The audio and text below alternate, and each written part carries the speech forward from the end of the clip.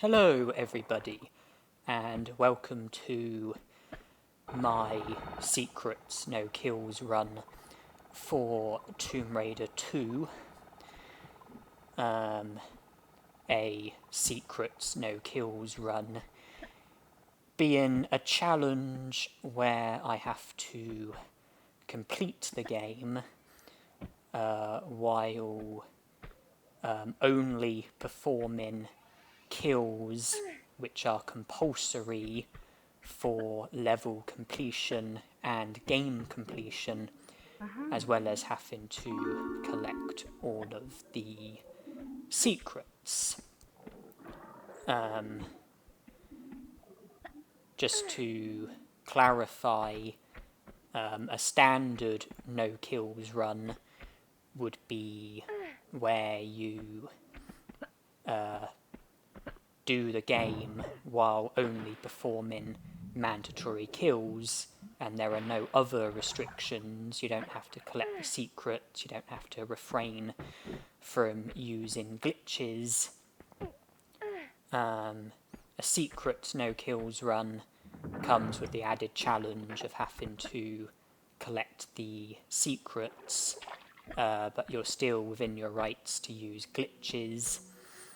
A Glitchless No Kills run comes with the added restriction of not being allowed to use glitches, but you don't have to collect the secrets. And a Glitchless Secrets No Kills run comes with the added restrictions of having to collect all of the secrets and not being allowed to use glitches. This is a Secrets No Kills run, so I have to collect all of the secrets as well as only being allowed to perform mandatory kills, but I am allowed to use glitches. And this is a Secrets No Kills redo. And what I mean by that is that this isn't the first time that I've done a Secrets No Kills run for Tomb Raider 2. It's my second time of doing this challenge. I think my first Secrets No Kills run for this game was done in 2015, and the year now is 2024. This Secrets No Kills run was either started... this Secrets No Kills run I either started in 2023, late 2023 that is, and finished in early 2024, or I started in 2024 and finished it in 2024. I can't actually remember off the top of my head. But the reason why I've done a redo for this Pacifist run is because in 2015 the minimum number of kills that could be done for this game while completing the game was 23, and since then a discovery was made which resulted in us being able to complete the game while only performing 22 kills, which is one less, meaning that my previous Secrets No Kills run for this game became obsolete.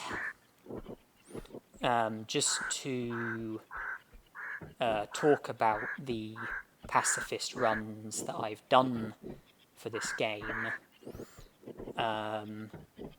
In 2012, I did a Secrets No Kills run for Tomb Raider 1, where I had to collect all of the secrets while only being allowed to perform mandatory kills.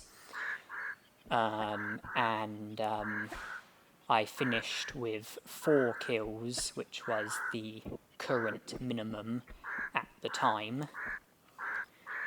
And then in 2023, I did a glitchless Secrets No Kills run, where once again I had to... Well, I was only allowed to perform mandatory kills, had to collect all of the secrets, and had the further restriction of not being allowed to use glitches. And I again finished with 4 kills, which is the current minimum under those restrictions. I did also do a standard no kills run for Tomb Raider 1 in 2011, where I just had to only perform mandatory kills. There were no restrictions with secrets or glitches. And again, I finished with 4 kills, which was the current minimum at the time.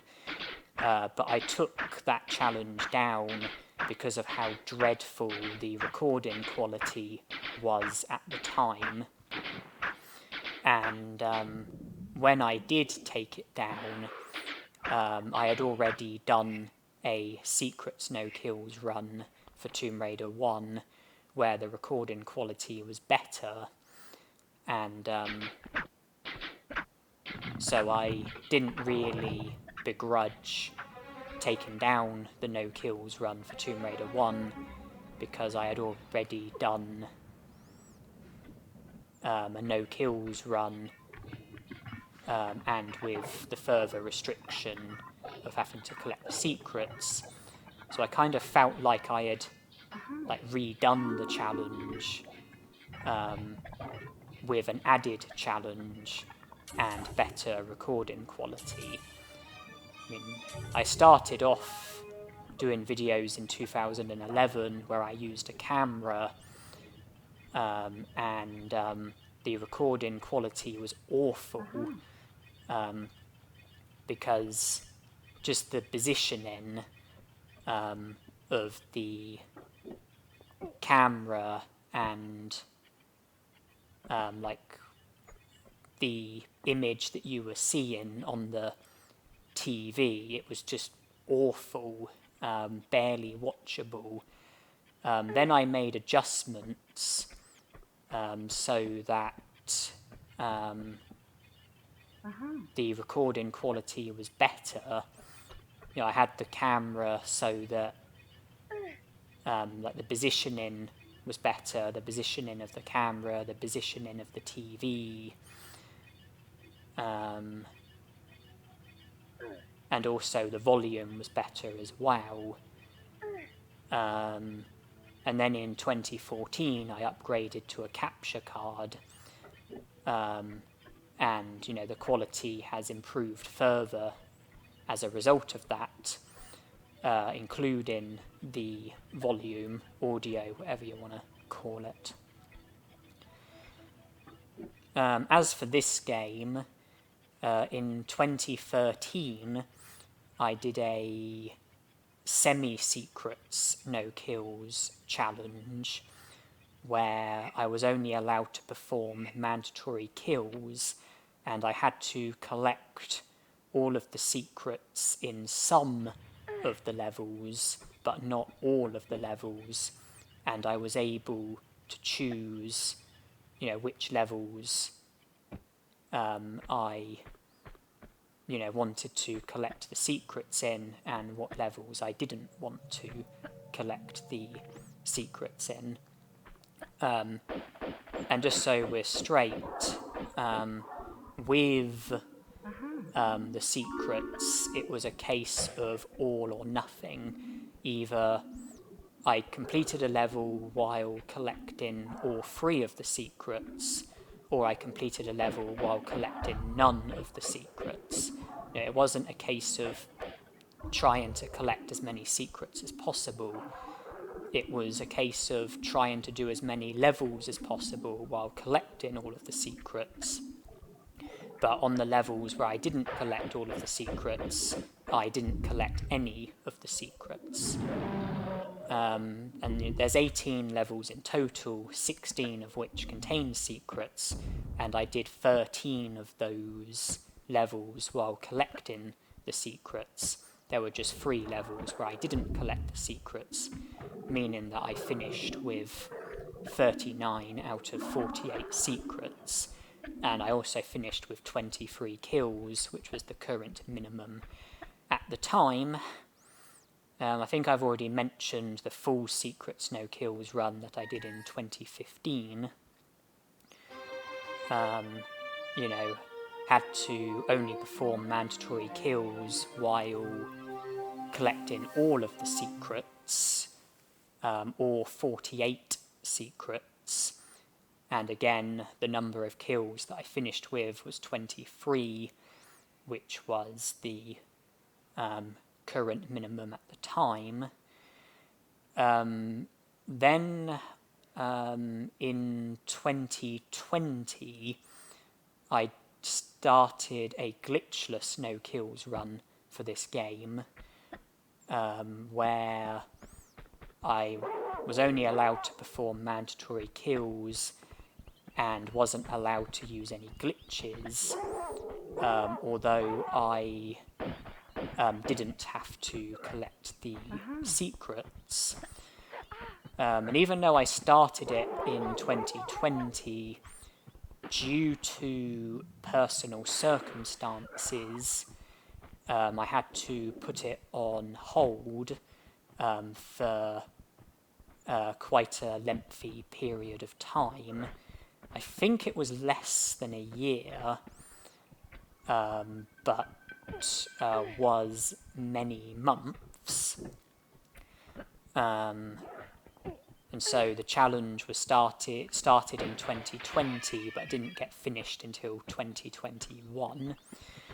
And again, I finished with 23 kills, which is the current minimum, because the 1 kill, which used to be mandatory, which isn't mandatory anymore, can only be avoided with a glitch, which obviously you're not allowed to do in a glitchless pacifist run.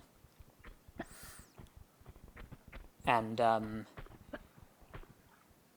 that brings us up to this current pacifist run, which I've already mentioned.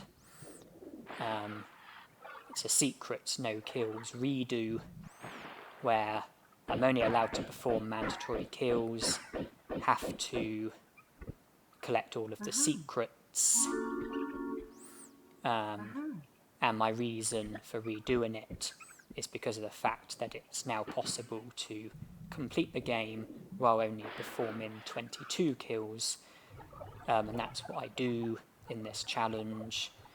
The 1 kill that used to be mandatory, which isn't mandatory anymore, was a kill in Offshore Rig, the 5th level of the game, the first level of the underwater section. Moving on to Tomb Raider 3, in 2012 I did a no kills run for Tomb Raider 3, so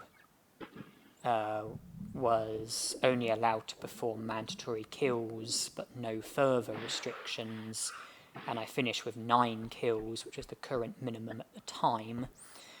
And then later into 2012 I did a Secrets No Kills run for Tomb Raider 3, where I had the added restriction of having to collect the secrets. Again, finished with 9 kills, which was the current minimum at the time. And even though I started it in 2012, it was late 2012, and I didn't finish it until 2013. Then, I think it was 2015, I did a Secrets No Kills redo for Tomb Raider 3. The reason for the redo is because there were new discoveries which meant being able to complete the game while performing less kills. There were 4 less kills in total, so a new minimum of 5 kills, which is how many kills I finished the challenge with. And obviously collected all of the secrets. And then 2023 I did a glitchless secrets no kills run for Tomb Raider 3. So as well as the added restriction of having to collect all the secrets, there was also the added restriction of not being allowed to use glitches. And because of that, the 4 kills which became avoidable due to the new discoveries, those kills were no longer avoidable because they require the use of glitches, or at least going by my idea of a glitch, I consider it to be glitches.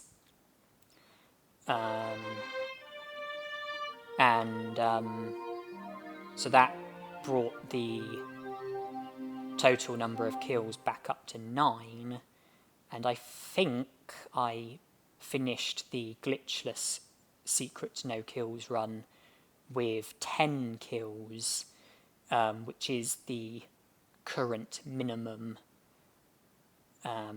under those restrictions, because there's a kill in Ludsgate which you have to perform when glitches are not allowed, which can be avoided if glitches are allowed. And until recently, there was an extra kill which would have needed to have been performed in Area 51, but shortly before I started the glitchless Secrets No Kills run for Tomb Raider 3, the kill which used to be mandatory, the kill in question which used to be mandatory was no longer mandatory. And then Tomb Raider Last Revelation, I've only done 1 Pacifist run, a glitchless Secrets No Kills run, so only performing mandatory kills while collecting all of the secrets and not using glitches. And off the top of my head, I can't actually remember how many kills I finished with, but I know I started the challenge in 2014 and either finished it in 2014 or 2015, because I think it was October 2014 that I started the Pacifist run, and I can't remember if I finished it in late 2014 or early 2015, but one or the other. Tomb Raider Chronicles also did a glitchless Secrets No Kills run, so the same restrictions as the Pacifist run for Tomb Raider Last Revelation. Again, I can't remember how many kills I finished with, but I do know that I definitely started it and finished it in 2014. And then Angel of Darkness did a glitchless no kills run where I had to only perform mandatory kills while not being allowed to use glitches. There are no secrets in Angel of Darkness, so I couldn't include secrets as a restriction. And once again, I can't remember how many kills I finished with.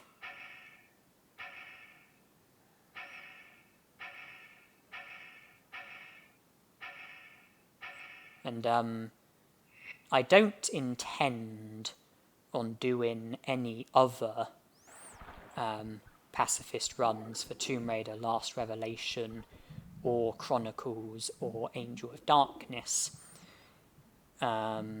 Reason being that even though I haven't done glitched pacifist runs for those games, I have no desire to do glitched pacifist runs for those games because of how game-breaking some of the glitches are. I feel like it would completely take away most of the challenge because of the fact that loads of the game can be skipped out due to the available glitches.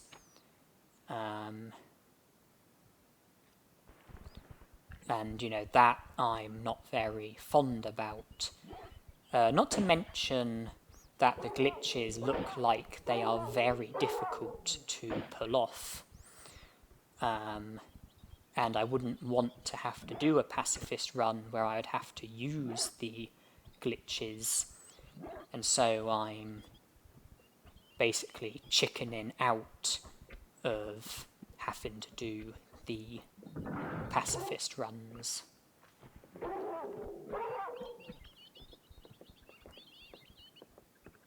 It's just, you know, I do have a lot of weaknesses when it comes to playing these Tomb Raider games, completing these Tomb Raider games.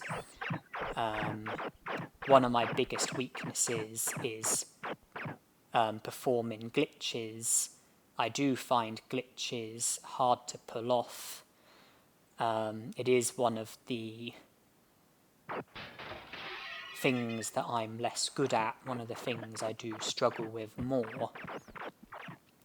I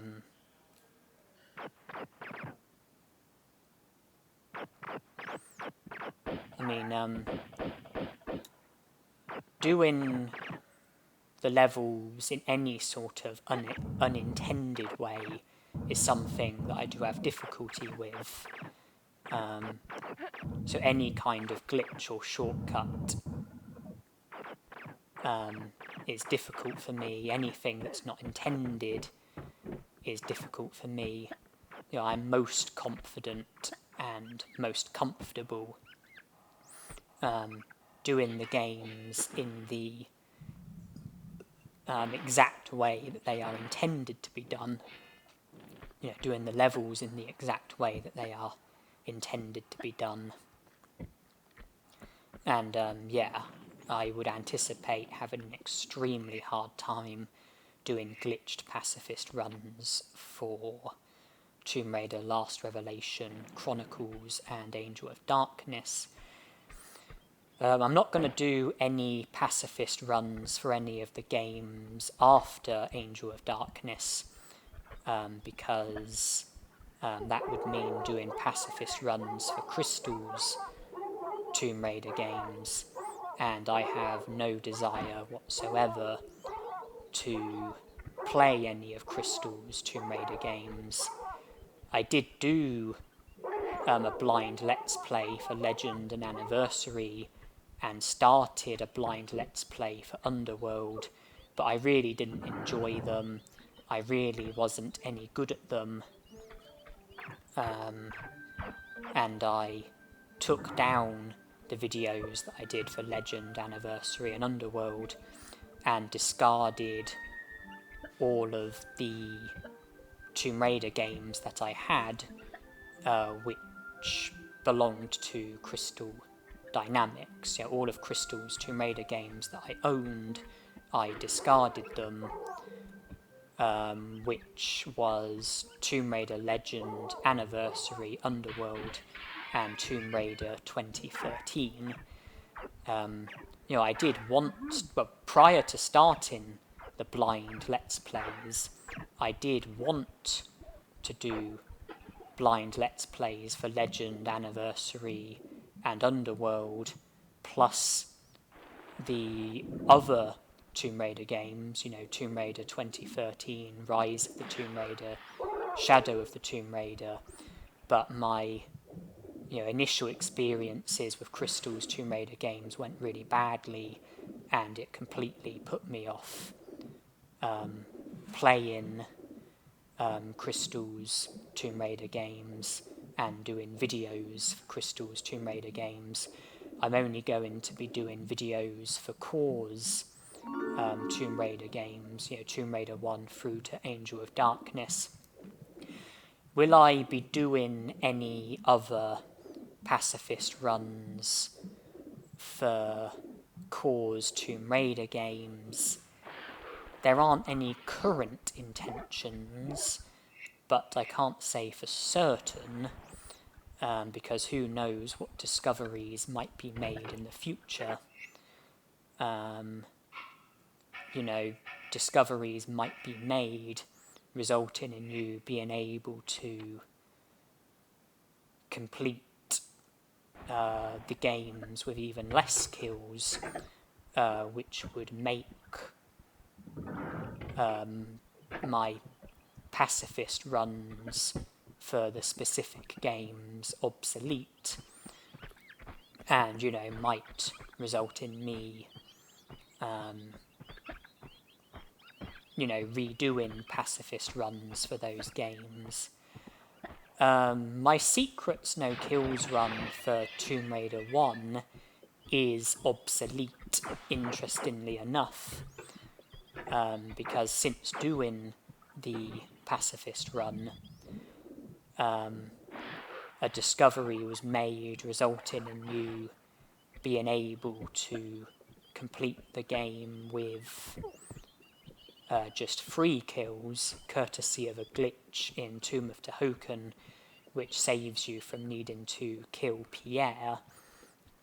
But I don't have any intention on redoing a pacifist run for Tomb Raider 1, because the glitch in Tomb of Tehoken is a glitch that I've never managed to pull off, despite trying many times.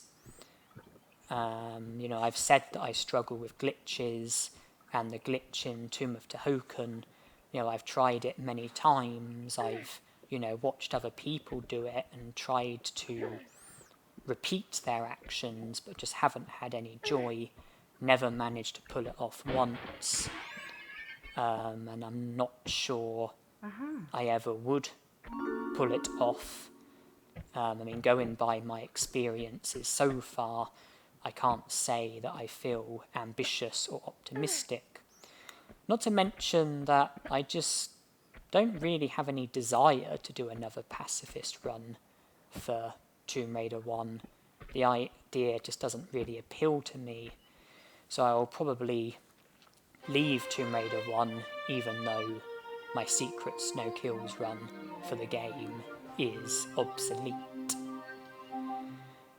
Does that leave any other games? Well, there's the golds for Tomb Raider 1, 2 and 3, which I've never played before because I'm a PlayStation player and not a PC player. I've never played a PC game before in my life, and I would be absolutely hopeless at it, because I would be absolutely hopeless at playing the games with a PC keyboard. So unless it's possible to play PC games with a controller, PlayStation controller, or unless it's possible to play the golds on the PlayStation, I really don't think there's any potential for me to play the golds. But if it is possible to play the golds on the PlayStation, or play the golds on the PC with a PlayStation controller, then I guess there would be the potential for me to do blind LPs for the golds, and depending on how that goes, and depending on, you know, what the games are like, what the levels are like, maybe it might be possible to do pacifist runs, but I can't say because I don't know anything about the golds. I've never played them before. I don't know what the levels are like. I don't know what the games are like. So I don't know how feasible pacifist runs would be. If you're watching this and you know for certain whether there's a way of playing the golds on the PlayStation or on the PC with a PlayStation controller, then I'd be really grateful if you could respond. If you could comment on this video and tell me if it's possible, and if it is possible, then how to go about it. Until then, you know, playing the golds is completely out of the question, and therefore doing videos for the golds obviously is also completely out of the question. So I don't really think there's any more to comment on regarding what I've spoken about so far up until this point. So what do I comment on next? I suppose I should, well, talk about this pacifist run that you are currently watching, my Glitchless No Kills Run redo for Tomb Raider 2.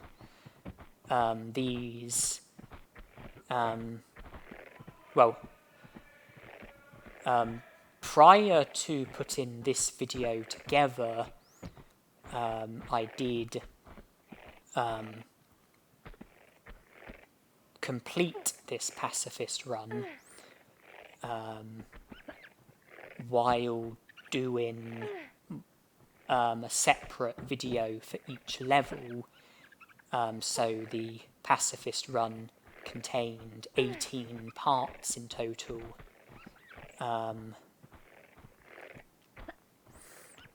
You know, one level per video, one video for each level, and none of the videos came with commentary, and then I decided to put all of the videos together into one video, all of the levels together into one video, which is the video that you are watching now, and I've decided to add commentary to it.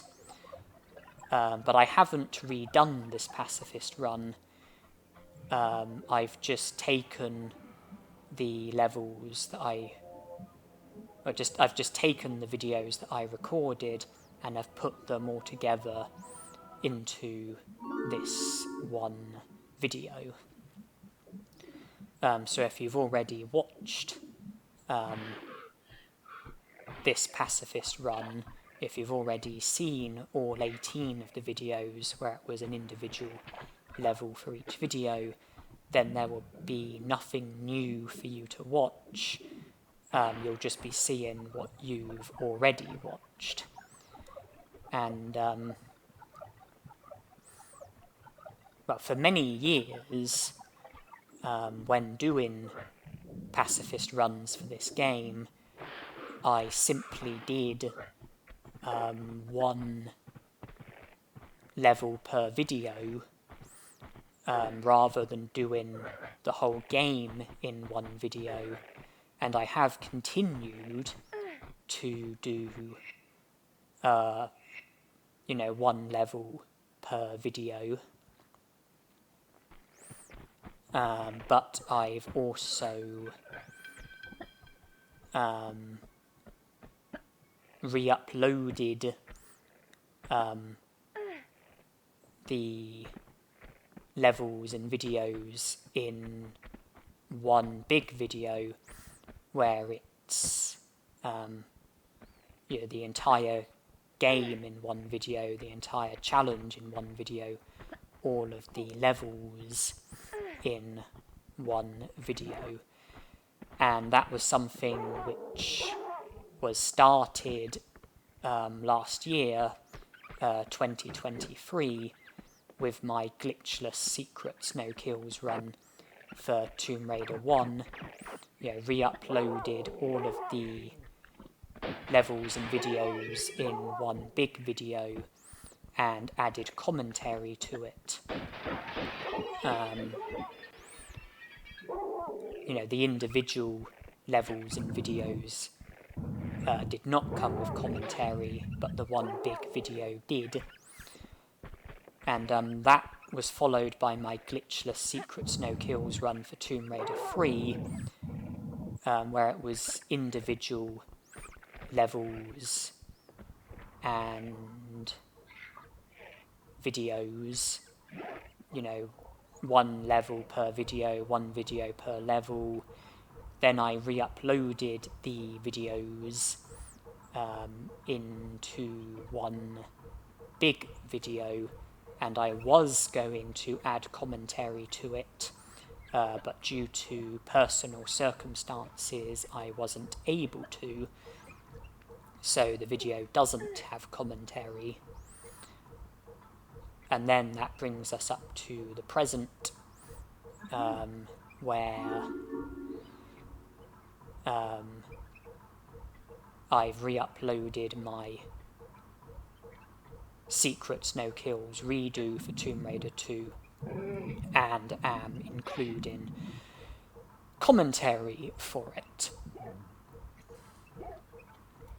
I do have ideas as to what I want to do next, regarding gaming, regarding YouTubing, regarding Tomb Raider. And the thing that I'm thinking about doing next is videos for Tomb Raider 1, where part of the part of the challenge is to complete the game 100%. In other words, collect all of the secrets, collect all of the items, kill all of the enemies, and to include the restriction of pistols only, and then potentially 2 other restrictions, but I'm a bit indecisive at the moment as to how best to go about it. I'm thinking about including the restrictions of no scratch, also known as no damage, and the additional restriction of no glitches. So it would be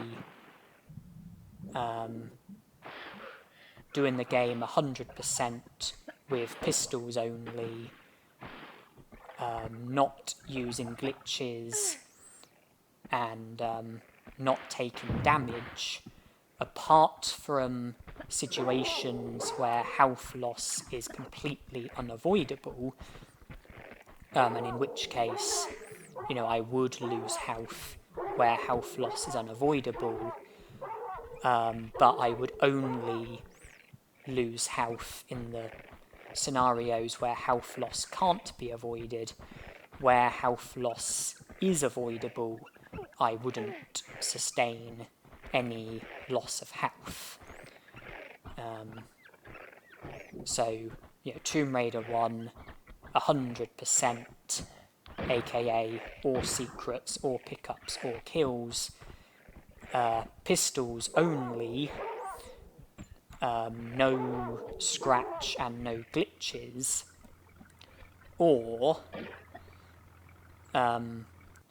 Tomb Raider 1, 100% pistols only, no scratch and minimal glitches, where again I would have to avoid health loss apart from where health loss is unavoidable, and in scenarios where health loss would usually be unavoidable but can be avoided with the use of glitches, I would use glitches in order to avoid health loss, but that would be the only exception. I wouldn't be able to use glitches in any other circumstances apart from enabling me to avoid health loss where health loss would otherwise be unavoidable without glitches. The other idea of how to go about the challenge, again, doing the game 100% with pistols only and the restrictions of minimal health loss and minimal glitches, where I again would be allowed to use glitches, but only in the interest of enabling me to avoid health loss where health loss would otherwise be unavoidable. And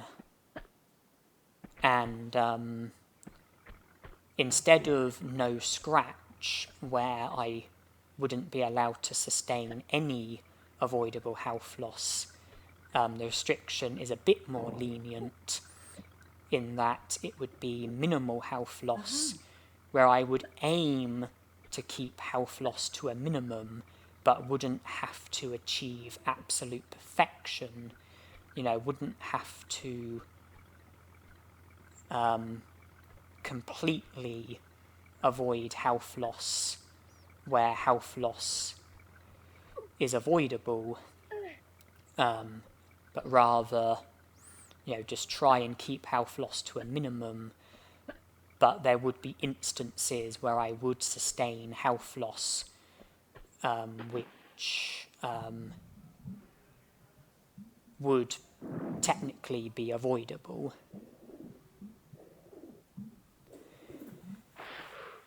The other idea, again, 100% pistols only, no glitches and minimal health loss, where glitches would be a strict no-no. I wouldn't be allowed to use glitches no matter what, and would have the restriction of minimal health loss, where I wouldn't have to achieve perfection. I wouldn't have to achieve no scratch.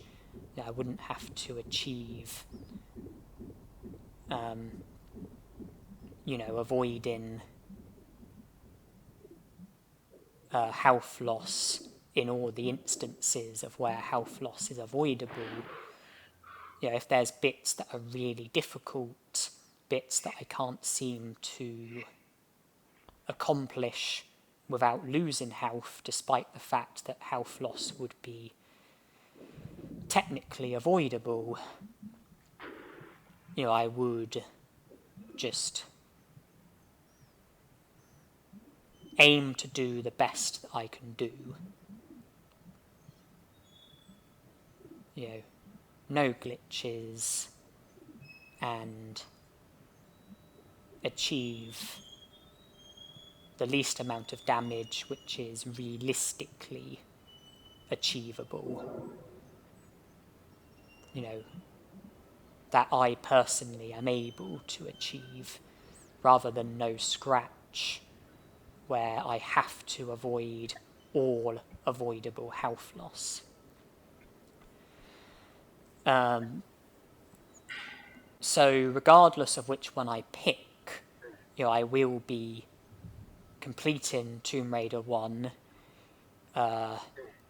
with the restriction of having to complete the game 100%, which means collecting all of the secrets, all of the pickups, and killing all of the enemies, while only being allowed to use the pistols.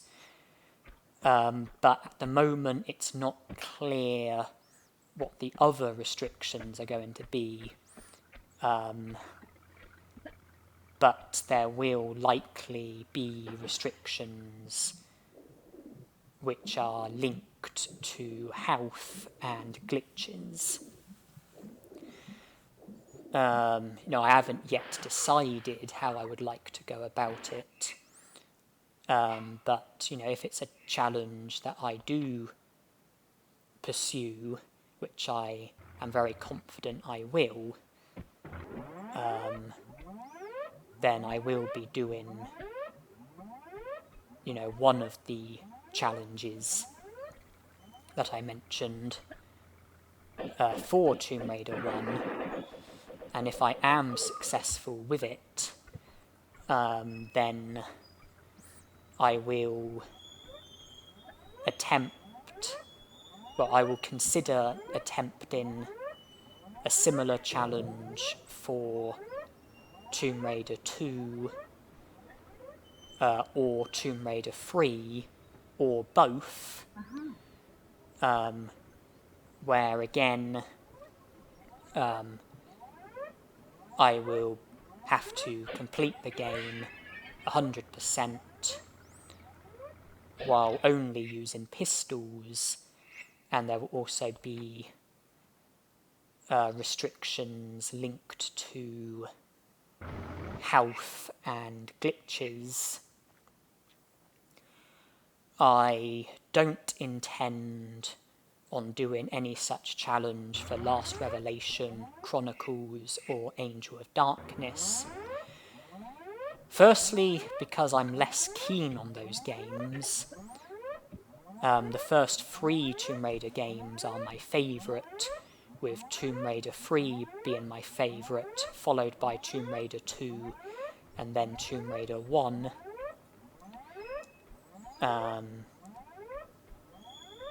Even though at one point Last Revelation was my favourite game, that is a game which for me has fallen out of favour, and I don't like the game anywhere near as much as I used to.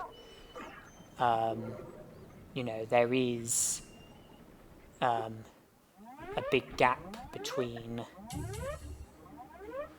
how much I like the first 3 Tomb Raider games and how much I like the next 3 Tomb Raider games. Chronicles was a game which for a long time I disliked, and then the game grew on me a bit. But I would say that I only like Chronicles about as much as I like Last Revelation and Angel of Darkness. Angel of Darkness, like with Chronicles, I disliked it for a long time, and then the game grew on me.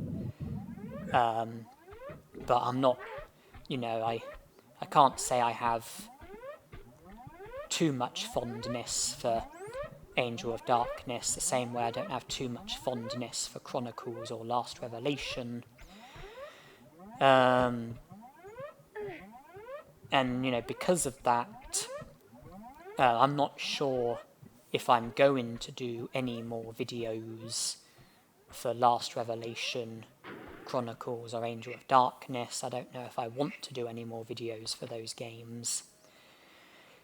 Not to mention that the sort of challenge that I'm talking about, I think would be extremely difficult to do for those games, because I'm talking about completing the games in a way where health would have a big role to play in the challenge.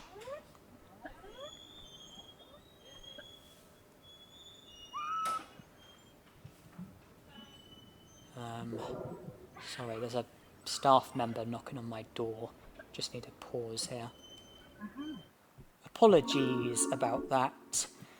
I am a hospital patient after all, a long-term hospital patient.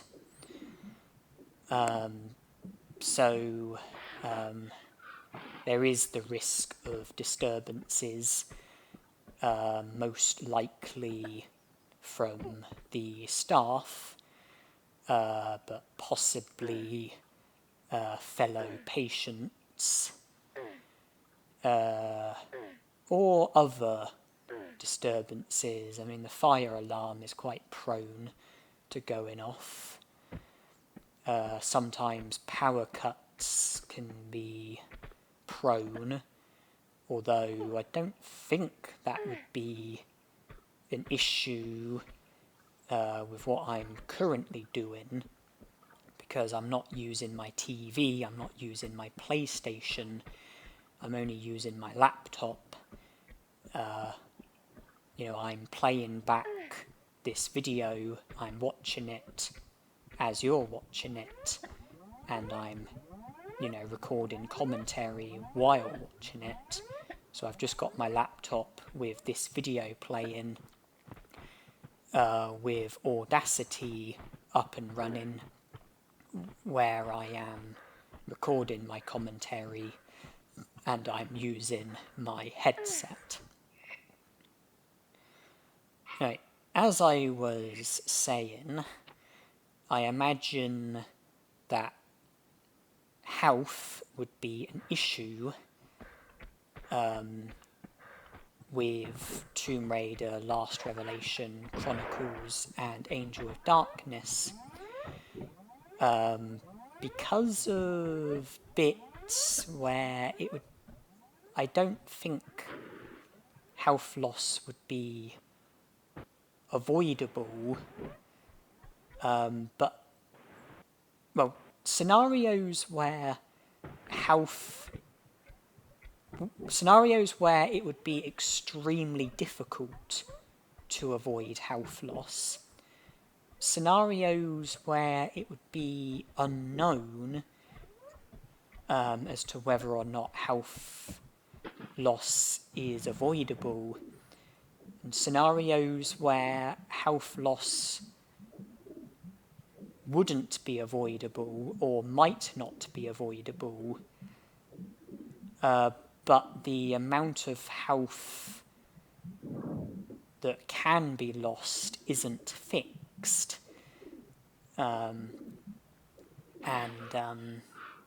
It would just be a real complicator. Is complicator a word? Let's go with complication. It would be a real complication. Take, for example, the scarabs in Last Revelation. That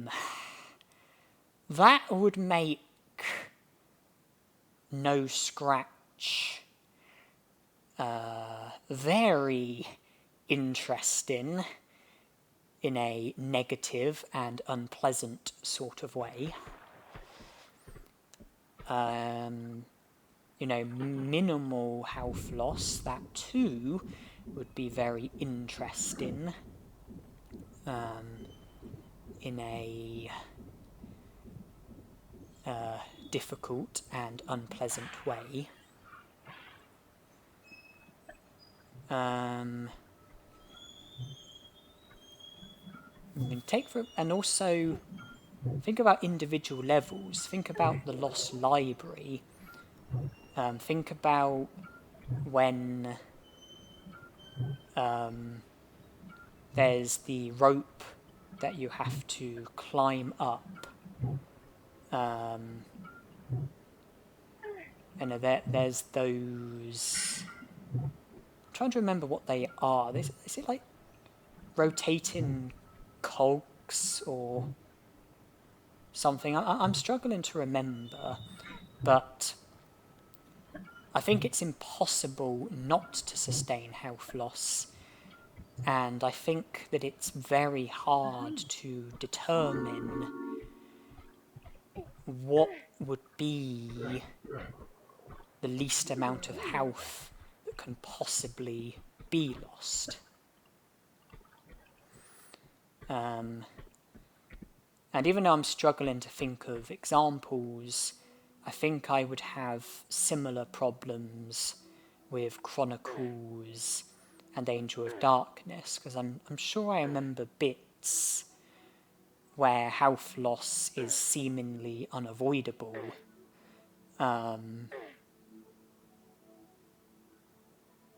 But there isn't really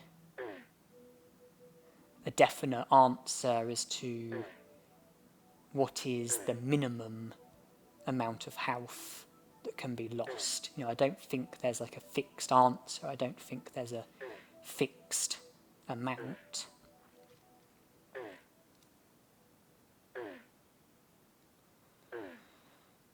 I do apologise about my memory. I do have concerning memory difficulties. I don't want to go into details, but back in 2018, shortly before my 25th birthday, something did happen to me which massively affected my memory and my concentration, resulting in my memory and concentration becoming much worse. And my memory and concentration has progressively worsened since then. And, I have real, difficulties with my memory to the extent where it's concerning, and I am waiting to have a memory assessment here at the hospital just to determine how problematic things are. There's an awful lot of stuff that I once knew which I've forgotten, and it's very hard for me to remember new stuff. And, the problem with my concentration really doesn't help matters. I do feel like I am deteriorating in certain ways, with my memory and concentration being much worse than it used to be. My eyesight has deteriorated as well. For most of my life, my eyesight was near perfect. But when I was 29, I started to experience difficulties with my vision. And I now wear glasses. And my vision with my glasses is much better than my vision without glasses, and it's made me realise just how bad my eyesight has become. I am 30 years old, which is young, and already I'm having concerning problems with a number of different things. I've mentioned memory, concentration, and eyesight. I do seem to be deteriorating, and another thing that I seem to be getting worse at is my video gaming ability. I feel like I'm not as good at gaming as I used to be. I feel like gaming isn't coming as naturally as it used to. I feel like I'm not remembering things as well as I used to in regards to how to complete games, how to approach, certain bits.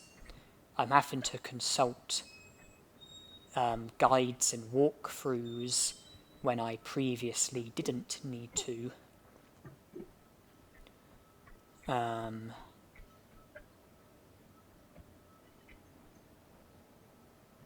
And there's challenges for video games which I've done in the past, which I'm not sure I would be successful with if I was to retry them.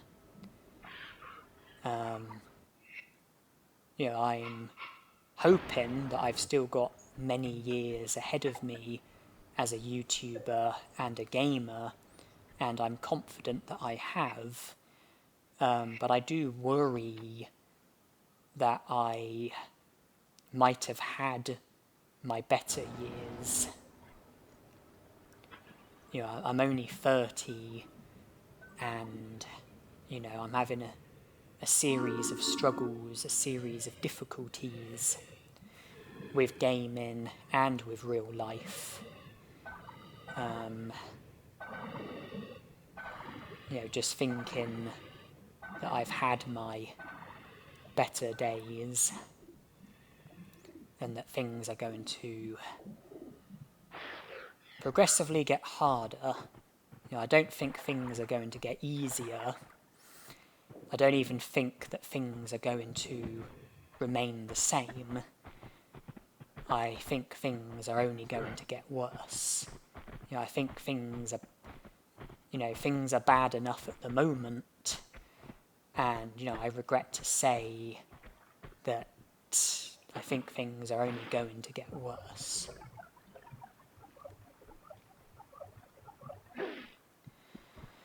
Anyways, we are approaching the end of diving area.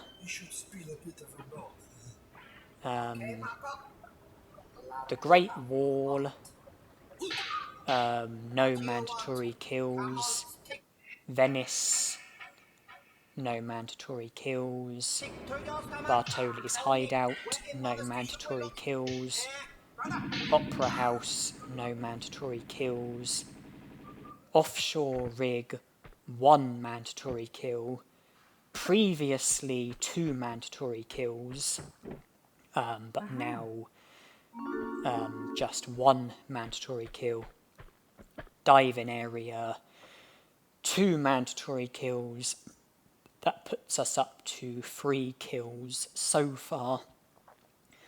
40 Fathoms, no mandatory kills. The level after that, no mandatory kills. Living Quarters, no mandatory kills.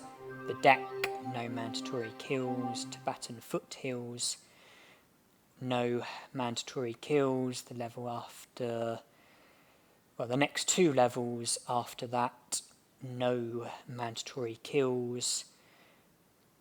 Ice Palace, 1 mandatory kill. Temple of Zion, no mandatory kills. Floating Islands, no mandatory kills. The Dragon's Lair, 2 mandatory kills. And then Home Sweet Home, 16 mandatory kills. So the first 17 levels have 6 kills between them, and then the final level has 16 kills alone, which is more than double the number of kills that the other 17 levels have combined. Almost 3 times the amount, in fact. Yeah, Home Sweet Home is the only level which doesn't change in the slightest when you're doing a pacifist run for this game. There are 16 enemies and all 16 of them are mandatory kills.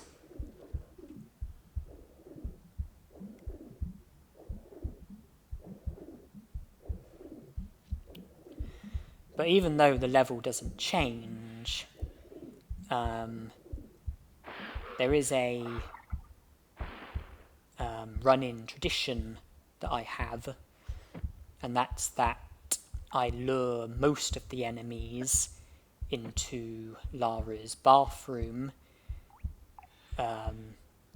towards Lara's shower, which is where I kill the enemies, or aim to kill them, and then when killing the final enemy, I then set Lara on fire, so that during the final cutscene, there's loads of dead enemies on the ground who can be seen in the final cutscene, plus the fact that Lara is on fire during the final cutscene.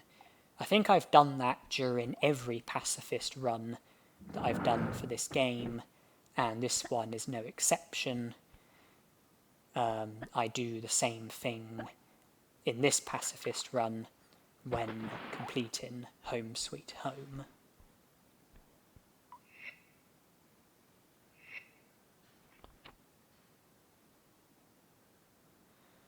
There was something else I was about to say, but my mind has gone completely blank, which is kind of annoying.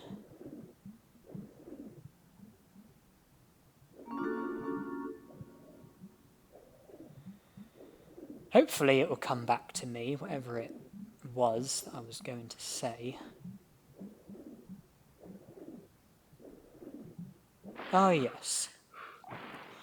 What I was going to say is that doing a pacifist run for Tomb Raider 2 used to be extremely difficult.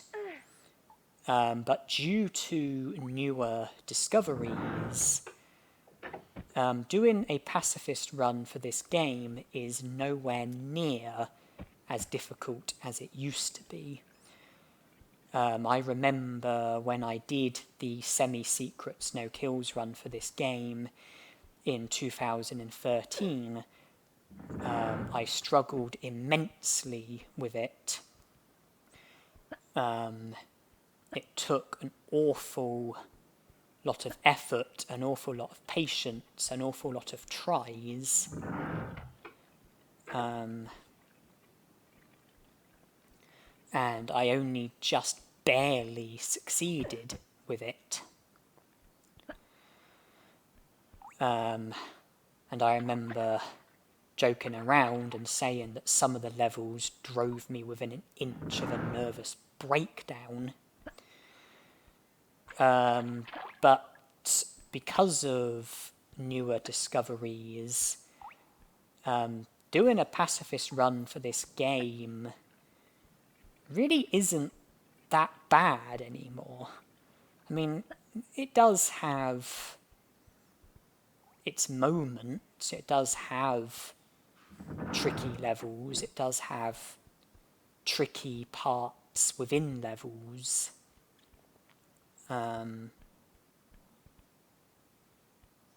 But for the most part, it's really not that hard anymore.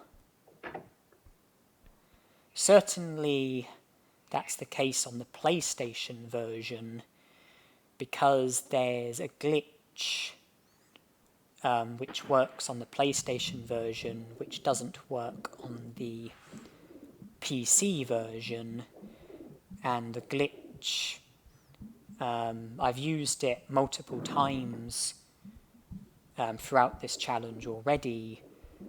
Is it called like a flare war glitch, where I drop a flare into a wall, pick up the flare, and then I'm able to produce a glitch which takes me to the top of the wall, takes me onto the ledge at the top of the wall, and also the glitch works underwater, where there's times where I've done the flare war glitch underwater and it sent me to the top of a wall, the ledge at the top of the wall,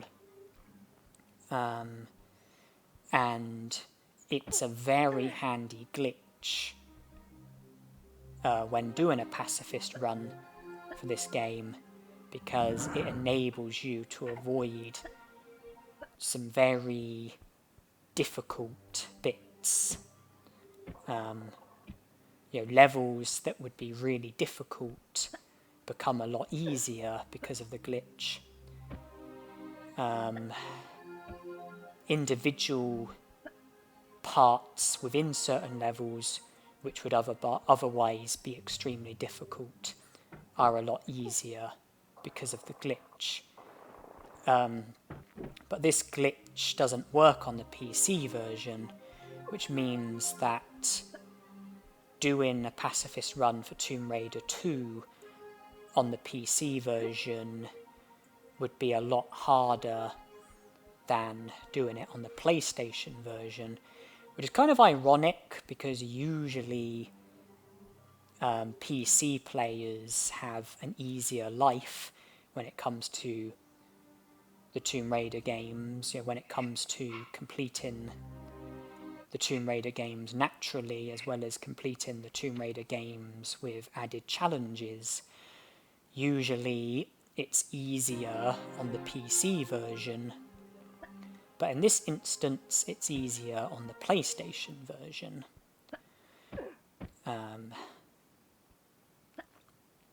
Which isn't usually the way of things, but this is one of the few exceptions.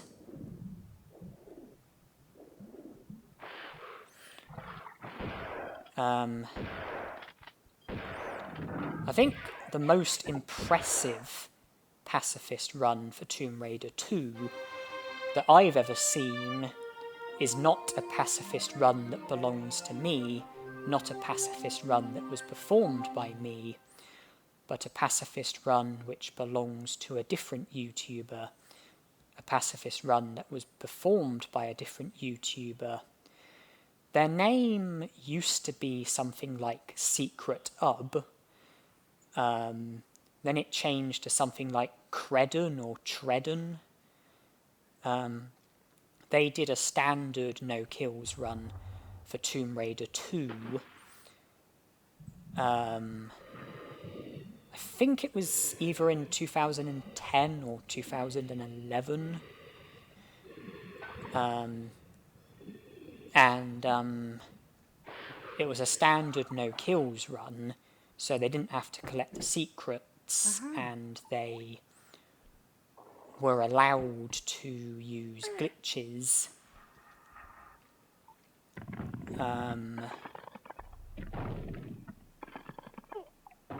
And they did finish with the minimum possible number of kills, 23. That's what at the time, that was the fewest number of kills that could be performed. But what was really impressive about the pacifist run was the fact that it was done at a time where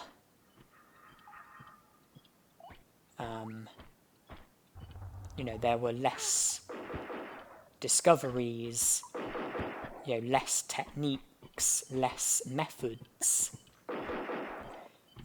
it was done at a time where a pacifist run for Tomb Raider 2 was extremely difficult, but they managed to succeed at it.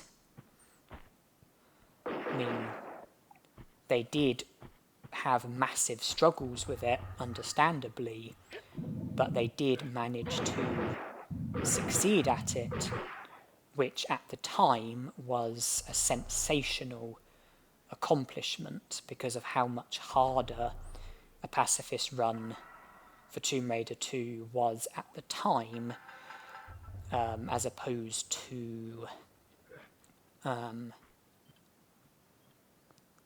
you know, how difficult it was when I did my first pacifist run for Tomb Raider 2. Because even though it was only about 2 or 3 years later, you know, it was still easier because of newer discoveries.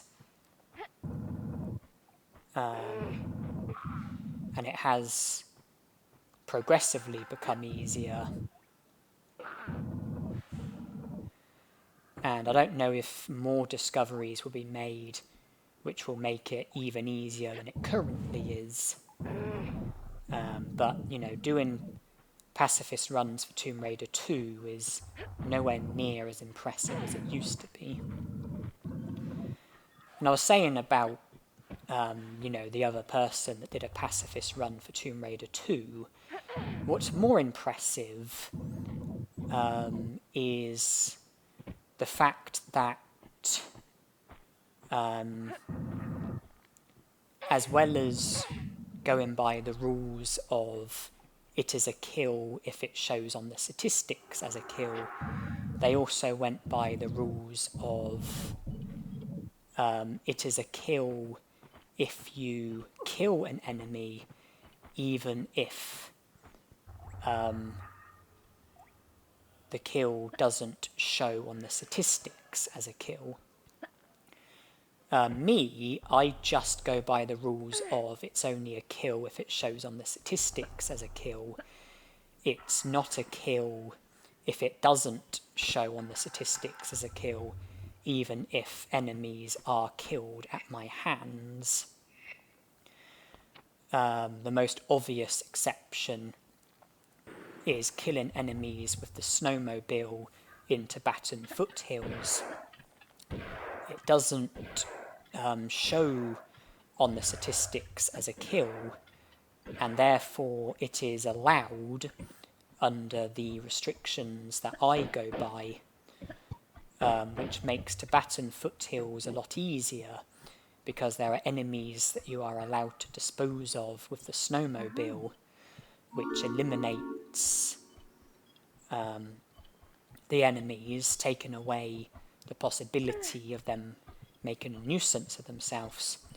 Not to mention that I'm also able to help myself to any health packs that get dropped by those enemies, which also makes the pacifist run easier. With the pacifist run that I'm talking about, the one that was in 2010, 2011 sort of time, the person went by the rules of, you know, I'm not allowed to kill any enemies regardless of whether it shows on the statistics. And in Tibetan foothills, they didn't kill any of the enemies with the snowmobile, which makes their pacifist run even more impressive, or should I say remarkable. You know, no enemies were killed apart from, you know, the enemies who were killed in a way where it showed on the statistics. Well, with the exception of gunmen being killed by monks, and monks being killed by gunmen, But I don't think it would be remotely fair, to class that as kills. It doesn't show on the statistics as kills, and I think it would be extremely harsh, to consider those deaths to be kills because they're not performed by you in the slightest. And the kills are pretty much unavoidable because the monks and gunmen are going to both go for each other and, they won't stop until the other is dead. But I think that, the monks and gunmen killing each other, I think that's the only exception, with the pacifist run that I'm referring to. But I wouldn't even call it an exception.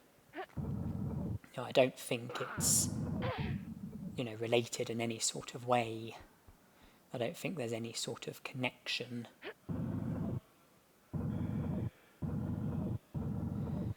I have never done a pacifist run for Tomb Raider 2 which has been as impressive as the pacifist run that I'm referring to.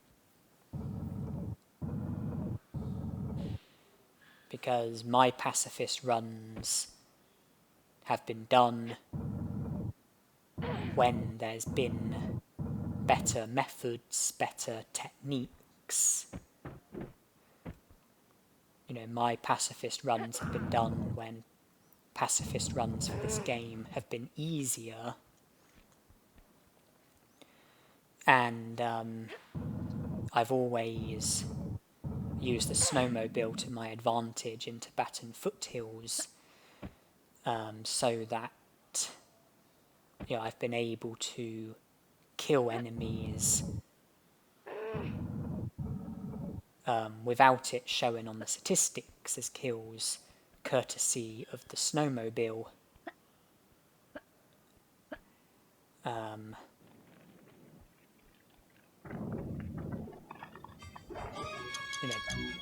Because of the fact that I go by the rules of it's only a kill if it shows on the statistics as a kill, which does create potential for loopholes because of the fact that you can kill enemies without it showing as kills on the statistics. Running enemies over with vehicles, that's already been mentioned. Killing enemies with water. Killing enemies with blocks and lasers, which can be done in Tomb Raider 3. And even doors, again, Tomb Raider 3.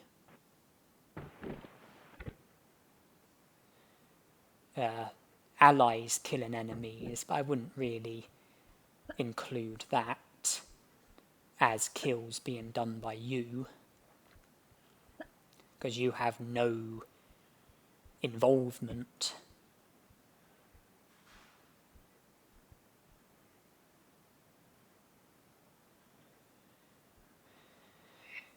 I am pleased with the pacifist runs that I've done for Tomb Raider 2. I am proud of them. But, I've never done a pacifist run for Tomb Raider 2 or any Tomb Raider game where it's been as impressive as the pacifist run for Tomb Raider 2 that was done by Secret Hub or Credon or Treddon, however you say the name. And I don't believe I ever will do a pacifist run for this game which will compete with their pacifist run in regards to the level of impressiveness. I don't know if impressiveness is a word, But, I don't think I will ever do a pacifist run equally as impressive as the pacifist run that I am commenting on.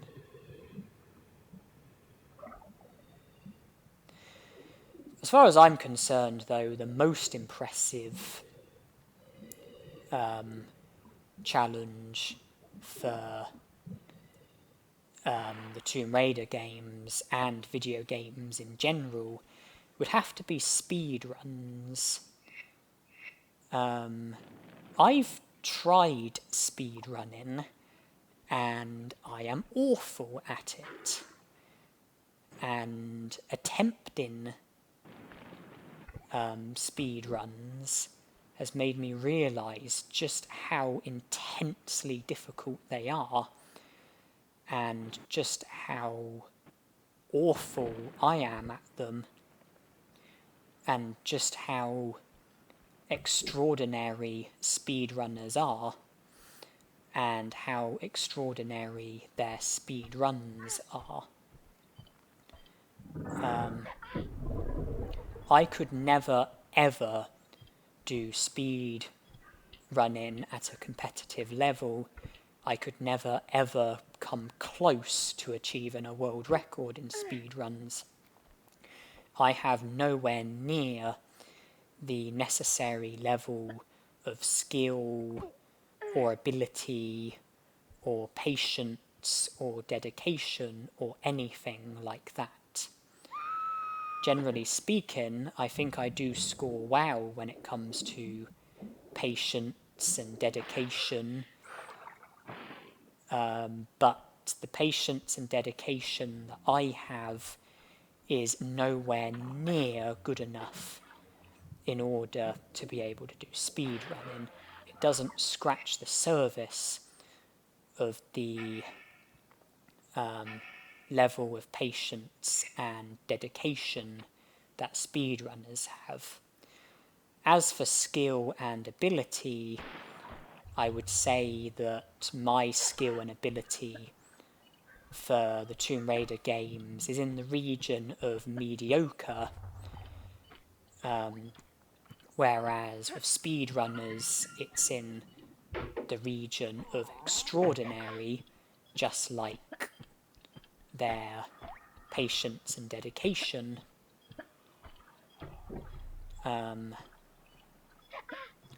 So yeah, I cannot praise speedrunners enough. The speedrunners who do speedrunning at competitive levels and achieve world records, I really can't give them the justice they deserve, apart from their gaming is extraordinary, their speedruns are extraordinary. They achieve something that can only be achieved by a very small handful of loose individuals. I'm not just talking about the speedrunners for Tomb Raider games, but speedrunners for all video games. Honestly, I don't know how they do it. There are some glitches and shortcuts which I physically cannot perform. Glitches and shortcuts that I've never been able to perform. Glitches and shortcuts that I haven't been able to do once, which speedrunners seem to be able to do every time without fail. Glitches and shortcuts which I can only pull off very rarely. Glitches and shortcuts which take me an awful lot of tries. And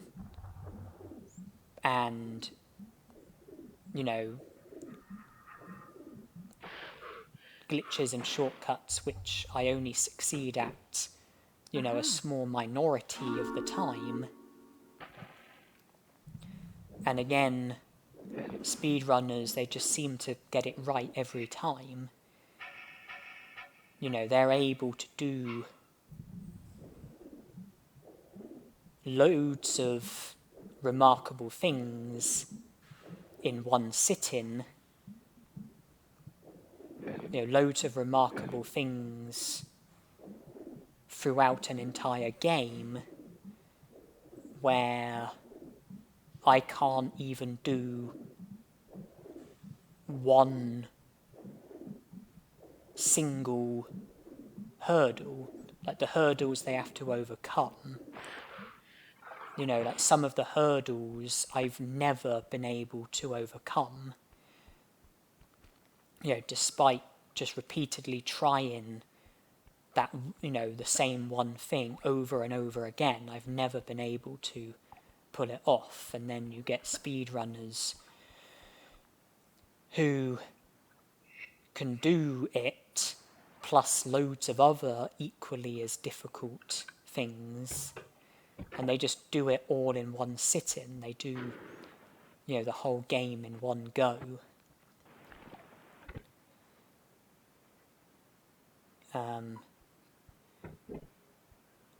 I could never do speed running. I don't come close to having what it takes. But I do love watching speed runs, and I have tremendous admiration for people who are able to, do speed running.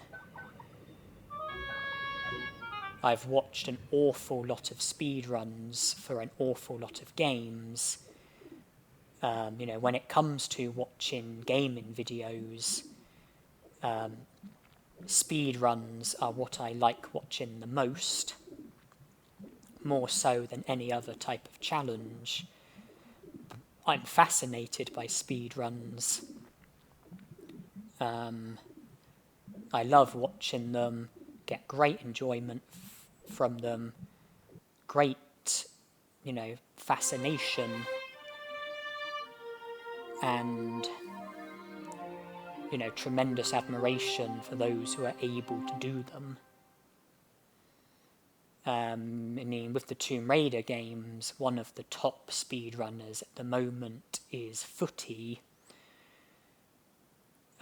He has most of the world records when it comes to doing speed runs for the Tomb Raider games.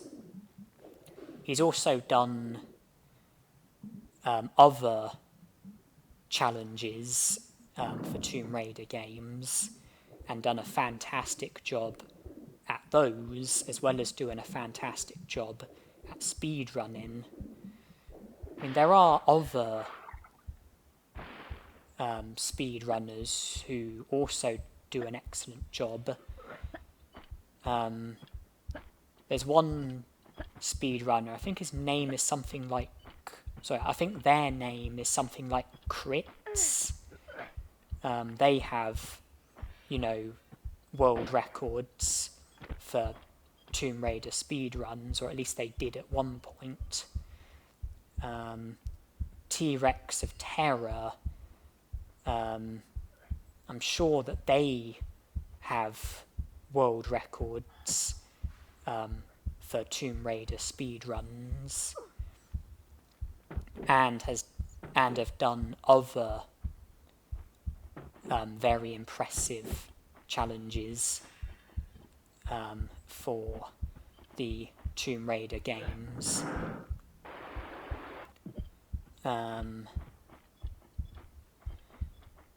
When it comes to the gamers who do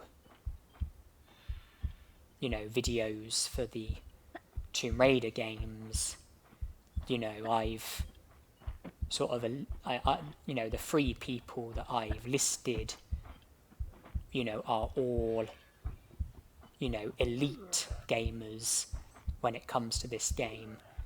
There are other gamers who do videos for the Tomb Raider games who are also among the elite, but my mind isn't working very well at the moment, so I'm struggling to think of other specific examples.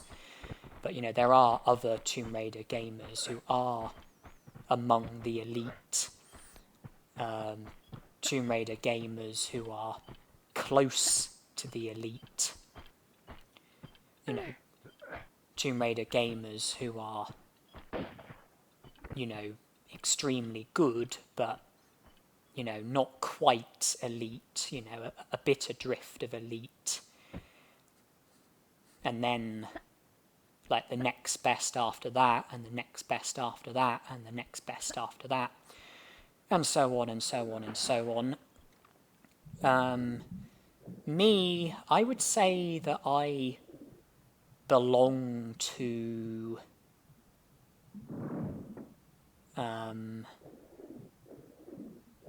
the group of mediocre gamers. I think I'm, you know, when it comes to talent and ability and accomplishments, I think I'm a mediocre gamer. You know, I think I'm mediocre with my Tomb Raider gaming and Tomb Raider ability in general, plus my gaming for other video games and my general ability at those games. You know, I would class myself as mediocre. You know, I think I belong to, you know, the group of gamers who would be classed as mediocre. You know, most of the challenges that I've done are challenges that most people would be able to do if they were to try it. You know, I can't think of many challenges that I've done which I would expect, you know, most people to struggle with. I mean, judging by the comments that I receive, I get the impression that, you know, people do consider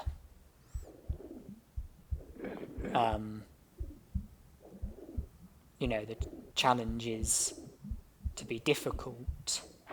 I think that they think that the challenges look difficult, but most of the challenges that I've done are a lot easier than they look. And I think most of you would be successful if you were to try most of the challenges that I've done.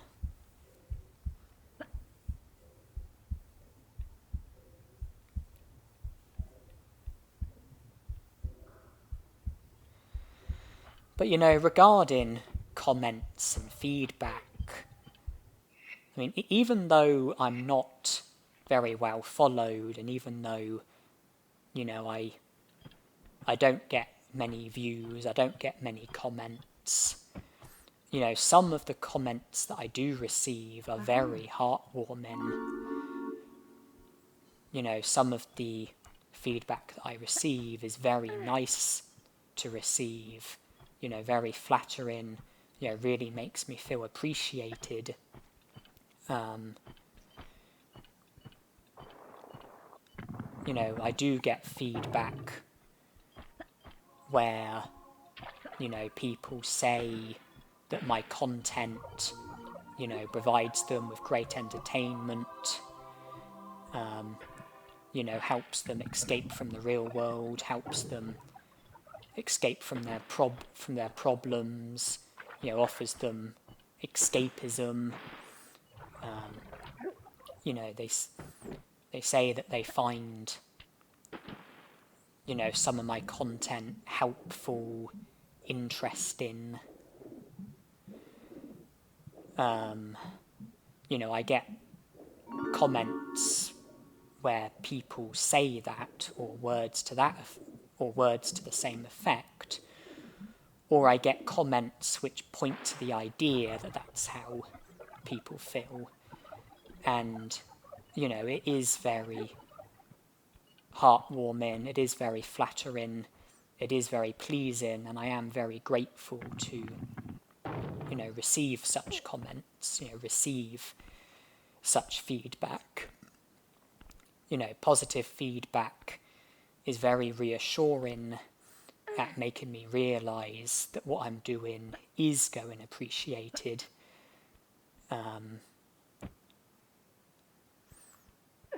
it's helping me, realise, what's going down well, what people are liking. And even though, positive feedback is helpful, I am also very open to negative feedback, and I'm very grateful when I do receive negative feedback, and I'm very glad that people do feel able to provide me with negative feedback. It's very easy to be positive, it's very easy, to tell people what they want to hear. It's not so easy to, provide people with, negative feedback. It's not so easy to say things to people that might go down badly, might hurt their feelings. But negative feedback does definitely have a place because it helps you improve. If I'm doing something in a way where it could be done better, it could be done in a better way, a more favourable way, then, I need to be informed of this in order to make appropriate alterations. So,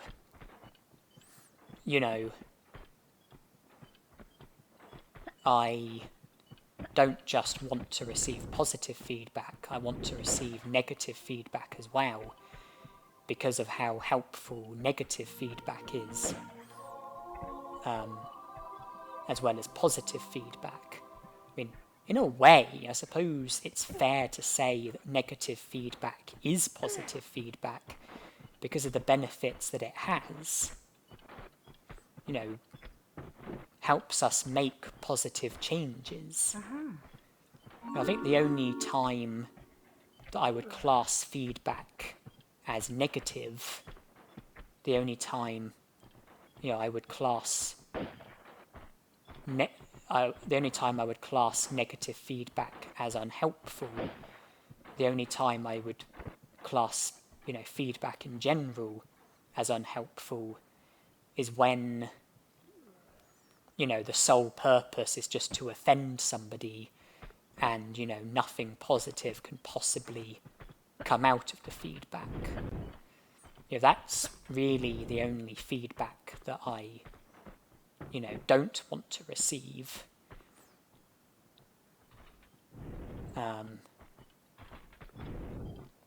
Because, I don't think feedback like that has any potential to be useful or helpful. But, constructive negative feedback, that I'm very grateful to receive, along with constructive positive feedback.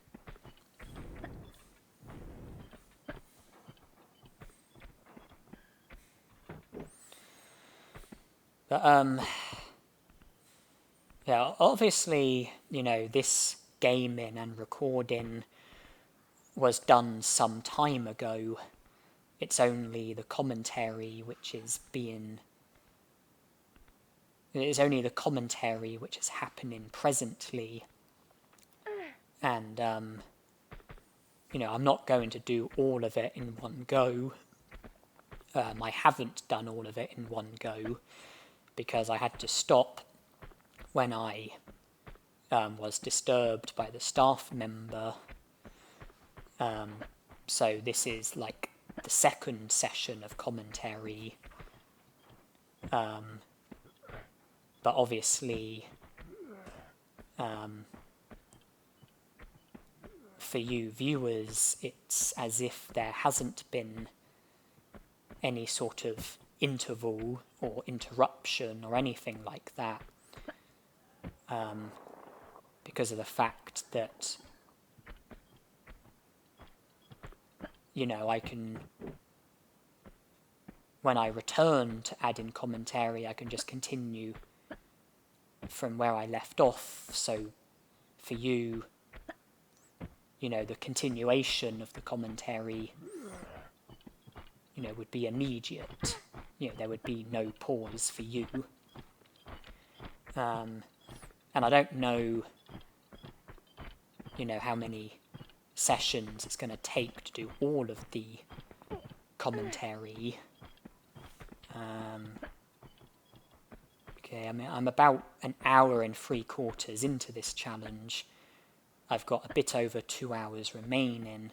I'm definitely not going to do it in 2 sessions, because, well, the date for me currently is the 13th of February, and the time, it's just gone 5 o'clock in the afternoon, and dinner is being served in about 20 minutes.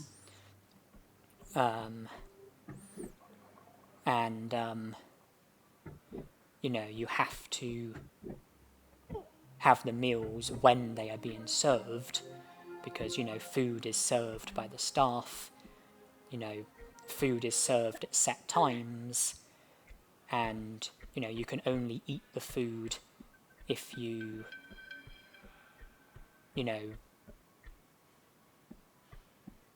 if you go for food at the set times. Dinner is being served in about 20 minutes, and if I don't go to the hospital dining room, then I will miss out on dinner. So, I will have to, the second session will have to end in the near future. It will have to end then, if not before.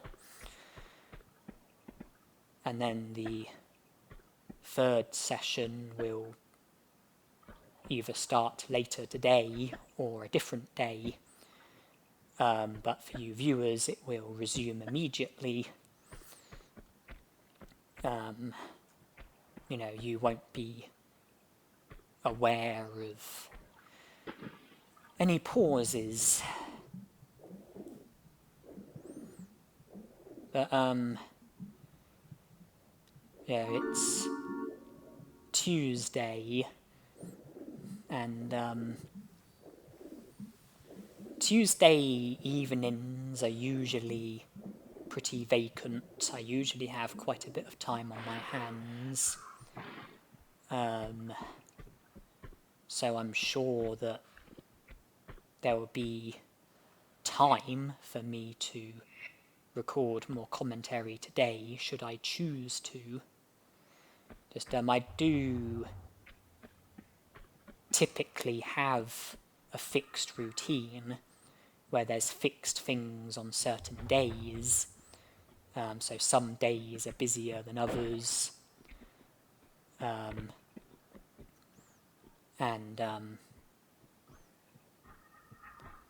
There's fixed things, well, as well as having fixed days where I do certain things, I tend to have fixed times as well. So, there's things that I, do every morning, things I do every afternoon, things I do every evening, things I do every night time, and then things that I do in the mornings on specific days, but not every day. Things that I do in the afternoon on specific days, but not every day. Things I do in the evening on specific days, but not every day. Things I do at night time on specific days, but not every day.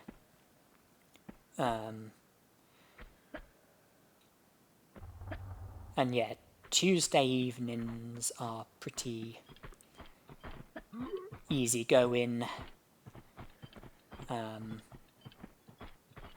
So I'm sure there will definitely be the potential for me to do more commentary today, should I so wish to.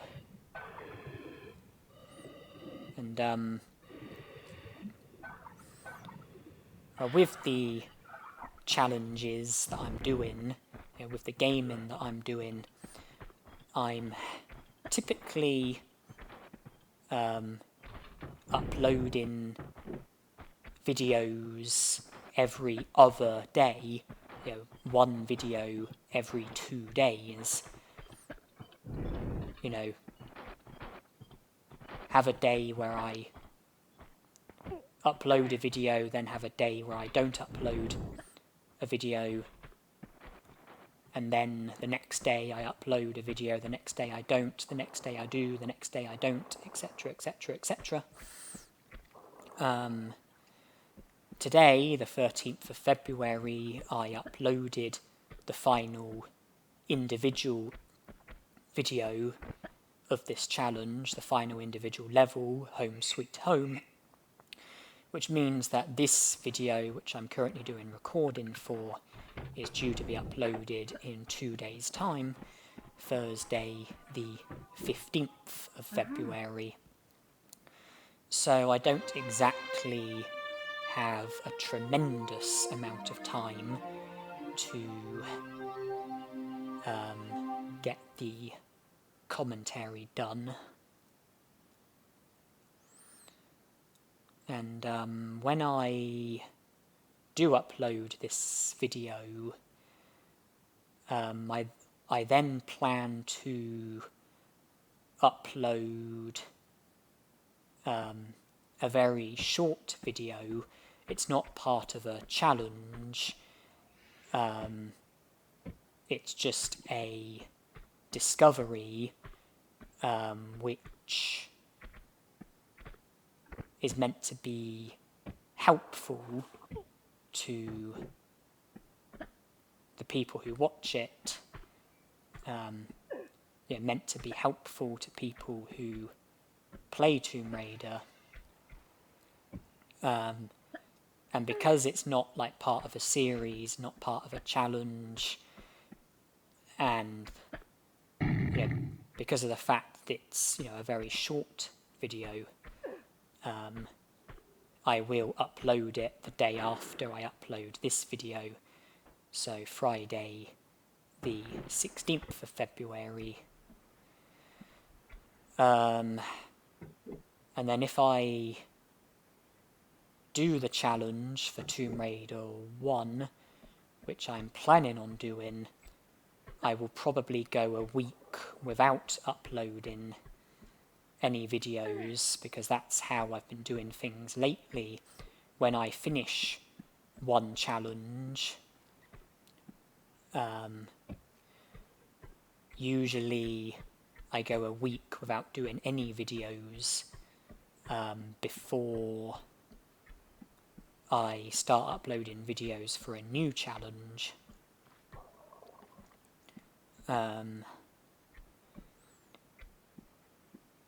So if on the 16th I go a week without any uploads, that will take me up until, well, I was going to say the 23rd, but I plan to go a week without uploading any videos, which means that when I do next upload a video, it will be 8 days after the last upload, so 8 days after the 16th of February, which would be the 24th of February. I imagine I will do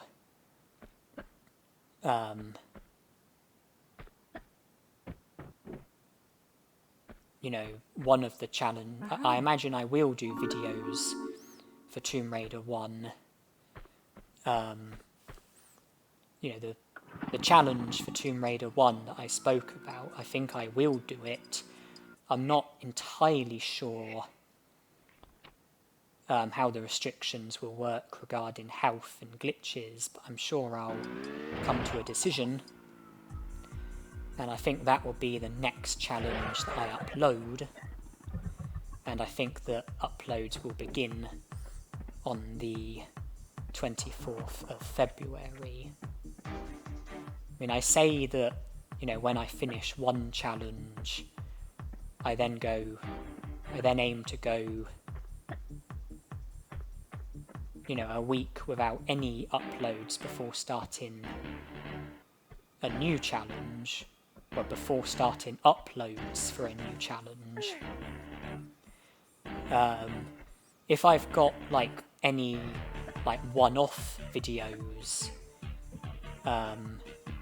videos that are not part of a challenge, just random videos, one-off videos, discoveries, things like that, then I will upload the day after I upload the final video of a certain challenge. And if I have multiple videos, then I will upload one video per day and keep going like that until all the videos have been uploaded, and then go a week without any videos before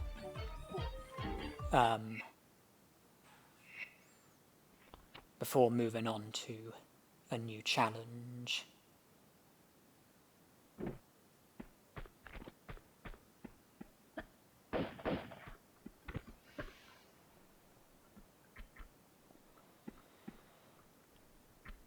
We're on to Baton Foothills, which is probably the hardest level in the game when it comes to doing a pacifist challenge, because of how difficult the end of the level is, because of the two guys on snowmobiles. Secret Ub, or Credon, or Treddon, whatever his name is, whatever their name is, I don't want to assume the person's gender, so I try to say they, their, them, unless I know the person's gender. I don't like to make assumptions about gender, but they managed to do, the bit with the snowmobile guys, where you have to move the block so that, you go to the next area where you then jump into the water and complete the level. They managed to do that bit on foot, and without the snowmobile guys catching up with them. They managed to get a big enough lead on the snowmobile guys, but it was extremely difficult. I seem to remember the description saying that the bit at the end with the snowmobile guys took 6 hours, because they just wouldn't cooperate at all. They just made a massive nuisance of themselves. They kept catching up with the person and killing them. And it took an awful lot of tries and effort before, the person got lucky enough in order to be able to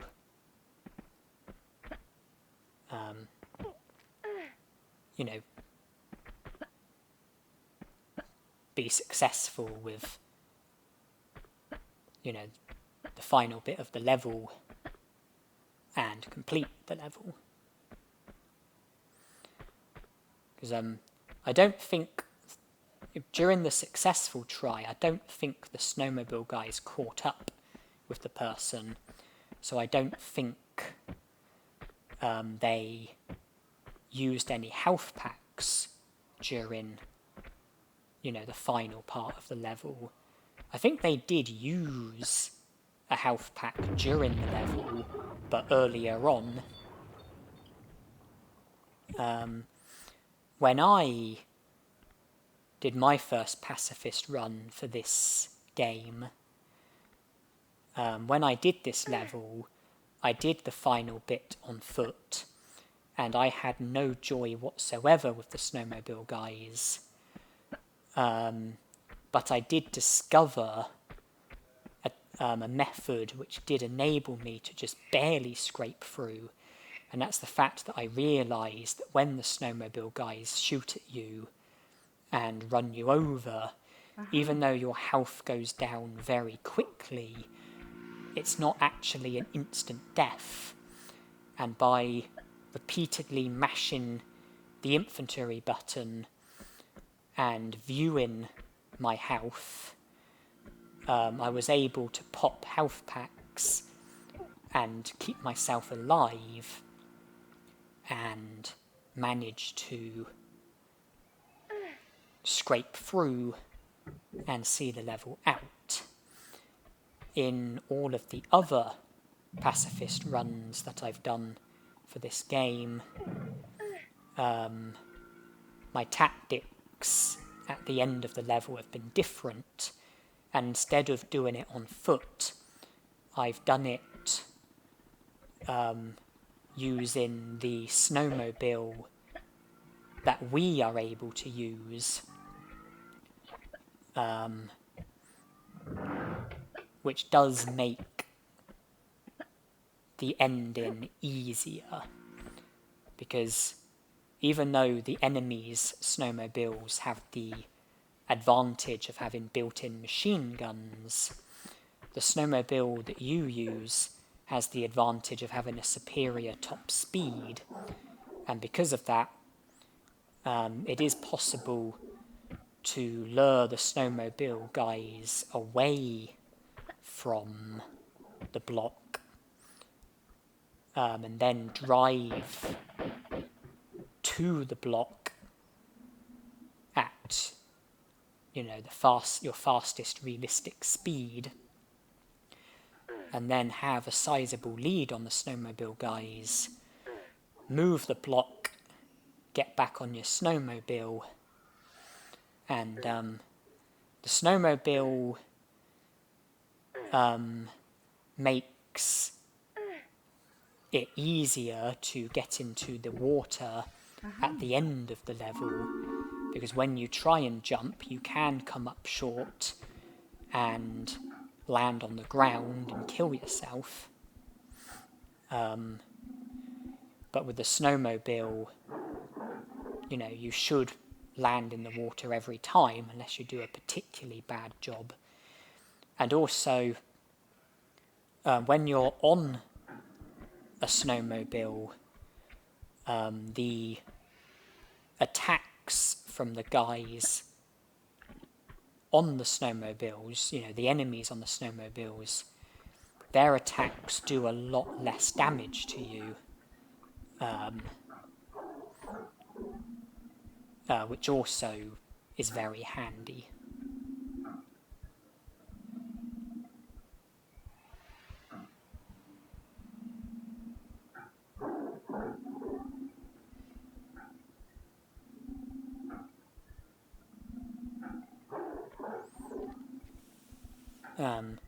And that's the tactic that I use in this level. I take the snowmobile to the end where, the snowmobile guys are, and use it to my advantage to make the ending a lot easier. And I'm waiting to get a clear path, and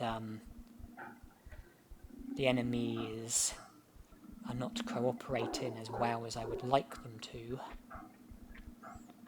I mean, the leopards aren't necessarily too much of a problem, but the gunman is, because he's where I don't want him to be.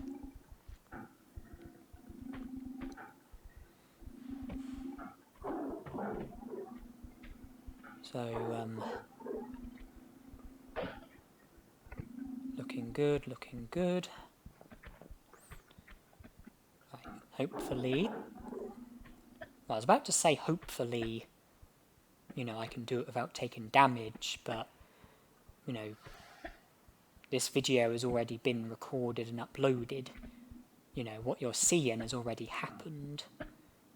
So, I have no control over what's going to happen because it's already happened. And I think this is where I probably need to be stopping with the commentary and heading to the dining room. So the session will be ending here. I don't know when exactly it will continue, but for you viewers, it will be pretty much immediate. And I am back for the third session of the commentary. And what do we have ahead of us? Well, I've almost returned to where my snowmobile is. I didn't drive it to this area because if I had come down here, then I wouldn't have been able to have gotten the snowmobile back up here. So I left it up here because I need to be able to take it to the end of the level. Well, I suppose I don't need to, but it'll certainly be helpful to. And 3 gunmen are close to spawning, but I can take them down with the snowmobile. It won't show on the statistics as a kill, and I don't think I intended to light a flare. I think I accidentally pressed the flare button when I was playing. And by running these gunmen down, they will no longer have the ability to make a nuisance of themselves. And at least one of them drops a health pack.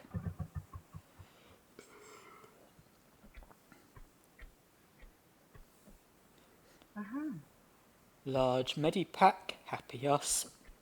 Plus Uzi ammo, the Uzis, they do come in handy.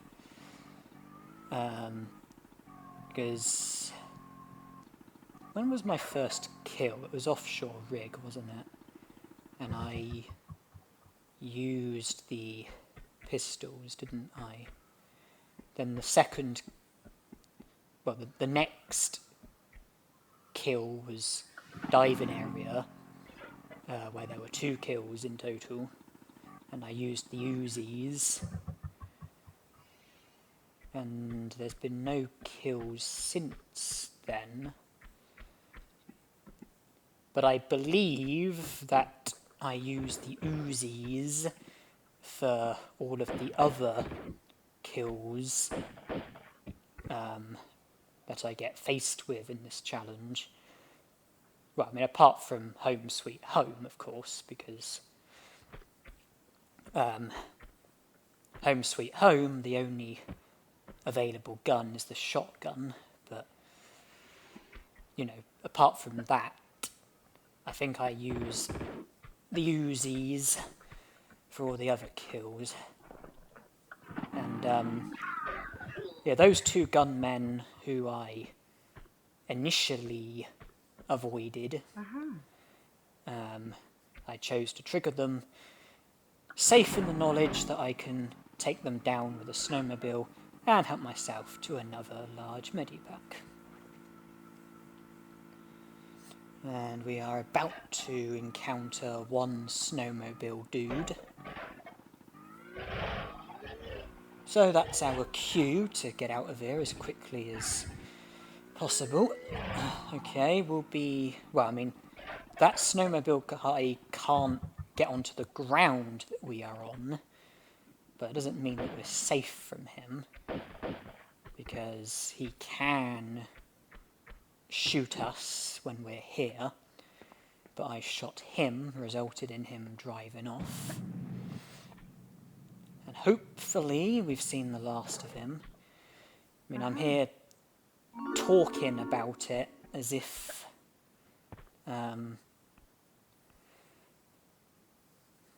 it hasn't already happened. But it has already happened. This is post-commentary.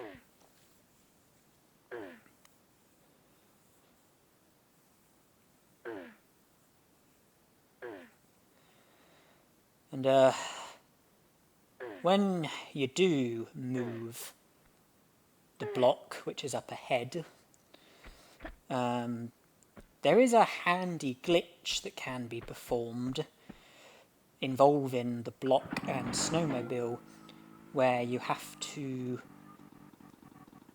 park the snowmobile in a specific spot and then pull the block, and it's possible to then get on the snowmobile and then drive through to the next area.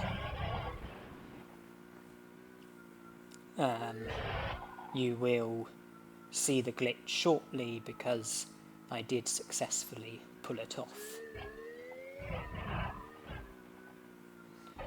So this is as far away as I can lure the snowmobile guys. And I hope, well, you should. There's the opportunity for you to get a reasonable lead due to your superior speed.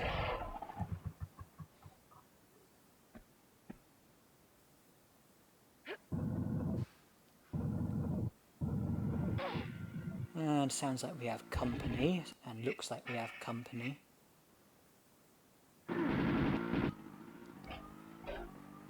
Okay. We managed to make it through.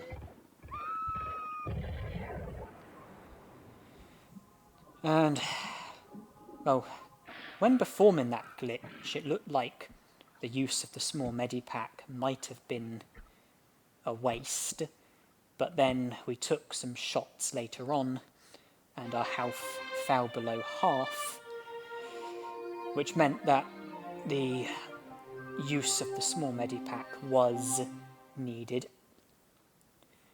which makes me glad, because it meant that the small medipack wasn't wasted.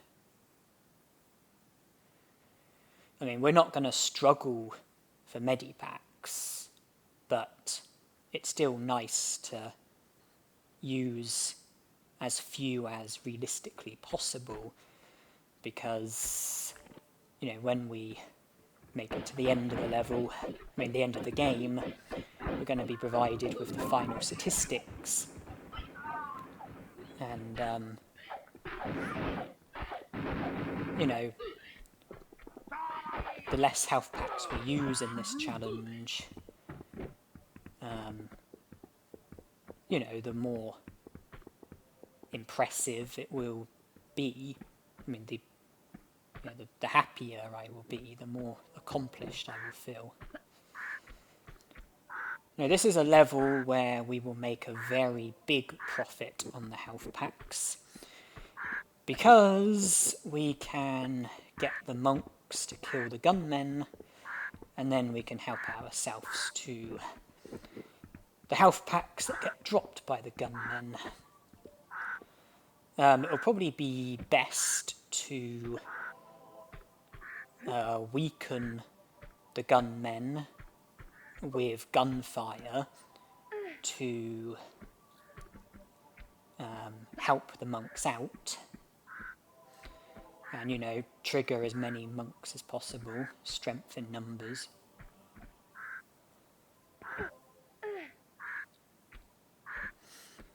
And, you know, avoid triggering gunmen who aren't going to be useful. I mean, you know, there are going to be gunmen who physically can't be avoided.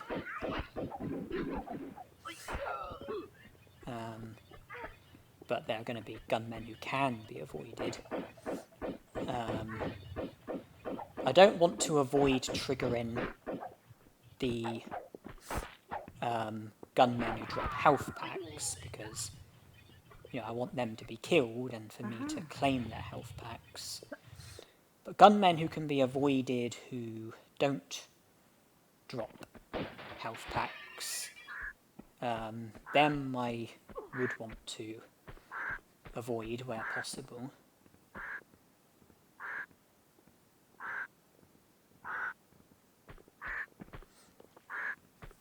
And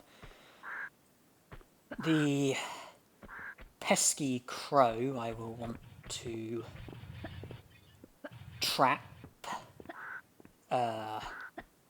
in an area later on. Eliminate the crow as a problem.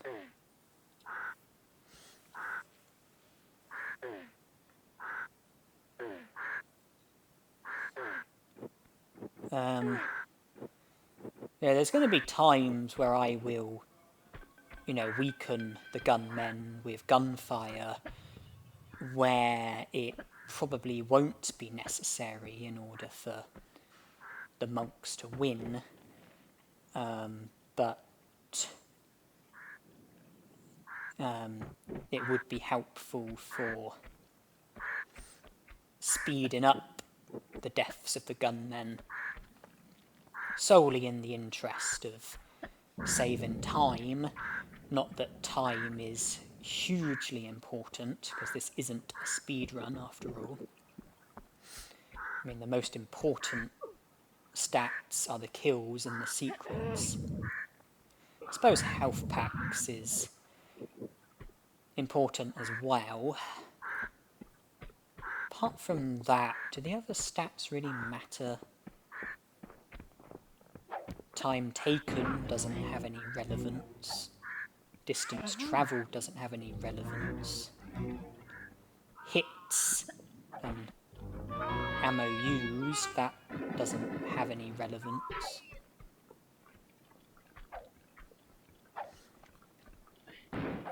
I don't need to help the monk, because this type of gunman has no effect against the monks.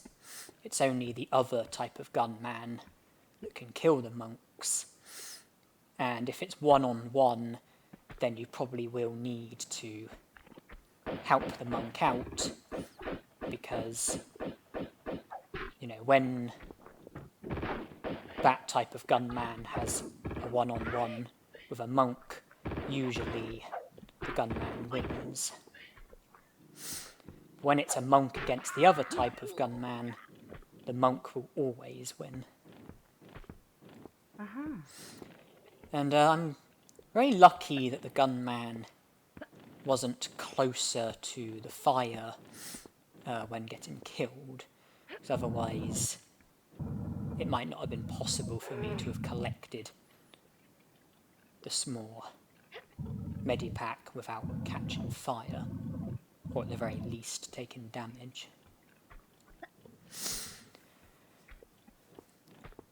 Yeah, I'm thinking more about, the challenge that I plan to do for Tomb Raider 1. Still trying to think about health and glitches. Just, Obelisk of Carmoon, there's a secret which you wouldn't normally be able to collect without taking damage. There's the secret at the very top of the obelisk, and that's not the secret I'm referring to. I'm referring to a different secret, which you are able to reach from the secret at the top of the obelisk. You are meant to jump from the top of the obelisk to a lower area where the second secret is, and you lose health from the drop. Although it is possible to get to the second secret without taking any damage. If you, with a glitch, a corner bug, which is one of the more basic glitches, one of the easier glitches to pull off. The Great Pyramid, when you drop down to where the Skion is,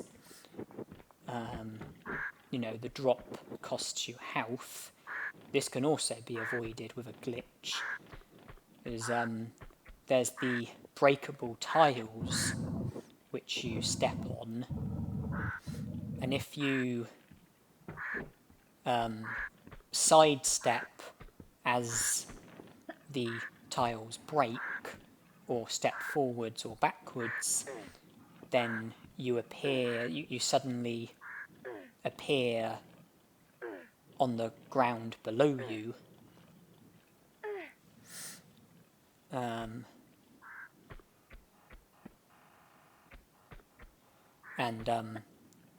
That will enable me to avoid health loss there.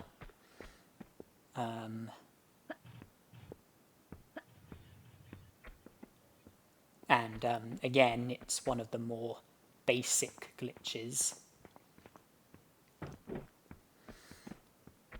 The only thing I'm not sure about is the area a bit beyond that, where you have to shimmy along a ledge while there are 4 sets of darts that shoot at you. I know the first set of darts can be avoided very easily because you are able to jump in a way where you land, where you grab the ledge and are already past the first set of darts.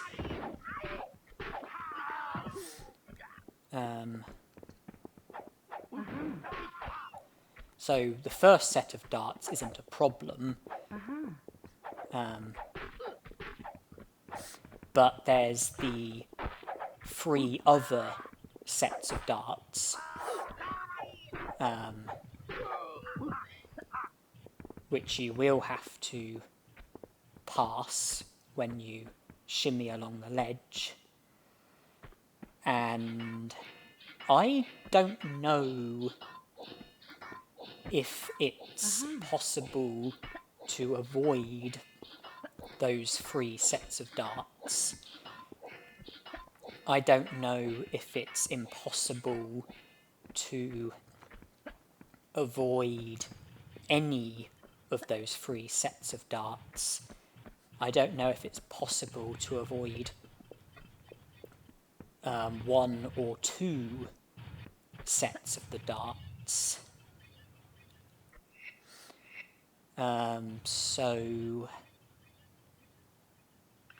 Yeah, regarding health loss, I don't know what the options are with that bit.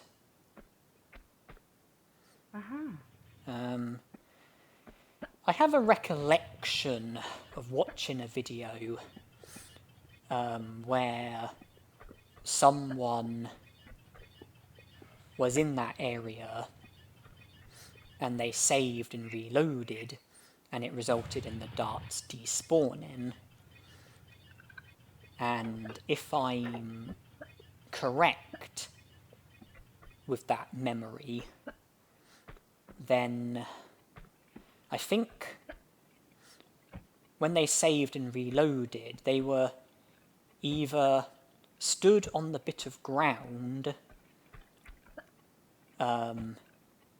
that you have to jump from in order to make it onto the ledge where you do the shimmying, or they made it onto the ledge where you do the shimmying and then saved and reloaded. But they were a PC player where you have the ability of being able to save wherever you want. And as a PS player, that is an advantage that I don't have. I can only save where the save game crystals are.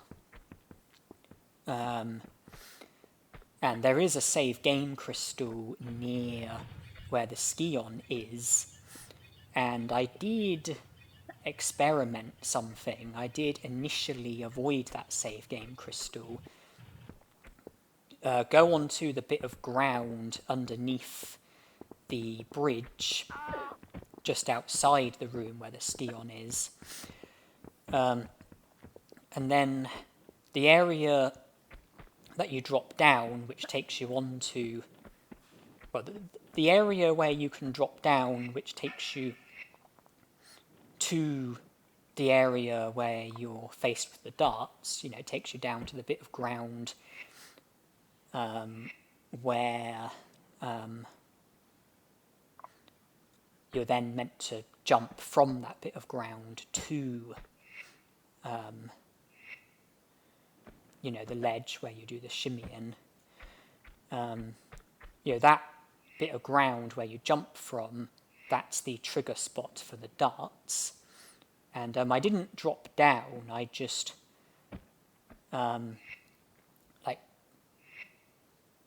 grabbed onto the ledge so that I was above the bit of ground,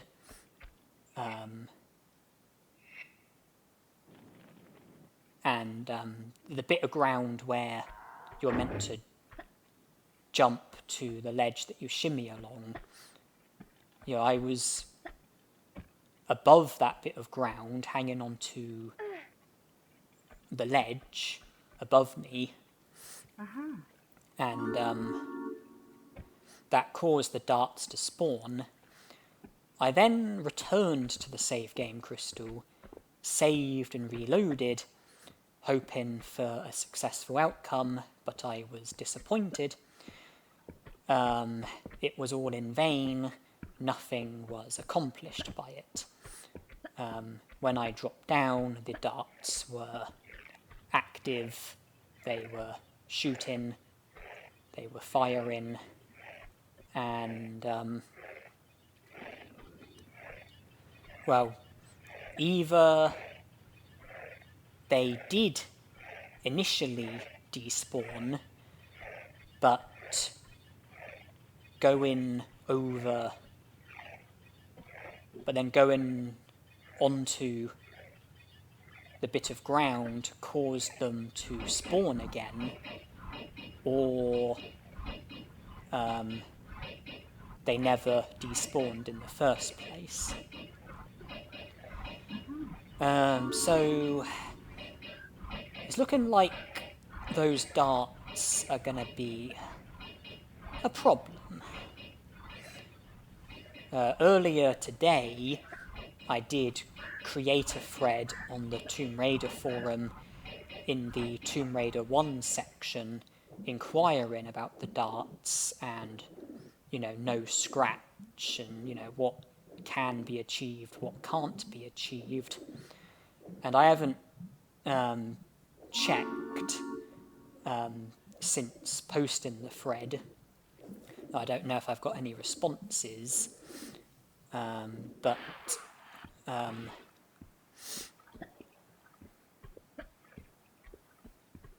hopefully I will get responses if I haven't already, and hopefully the responses will be informative. Hopefully they'll be able to provide me with, useful information. Just, I am a member on the Tomb Raider forum, have been since 2011, and I have over 11,000 posts in total, and the Tomb Raider forum has been very useful and valuable for me. I've learned a lot from the Tomb Raider forum over the years. And, you know, I've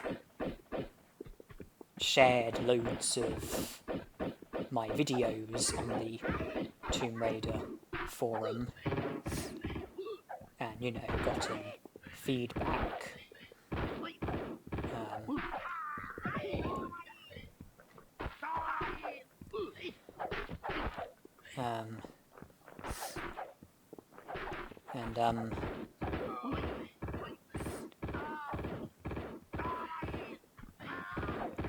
Yeah, hopefully, you know, there'll be a conclusion regarding the question of the darts.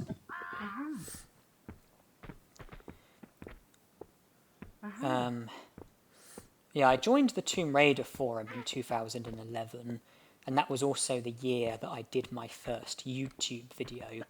That was the year I started doing YouTube videos, but it wasn't the year that I created my YouTube channel. I created my YouTube channel the year before, 2010, and when I created a YouTube channel, I didn't have any intention on doing YouTube videos. I only created a channel so that I could comment on videos and subscribe to people and, you know, engage with people via comments and, you know, just follow people more closely as a result of being able to subscribe. And I think you know, prior to this, I don't think I had ever watched any gaming videos. And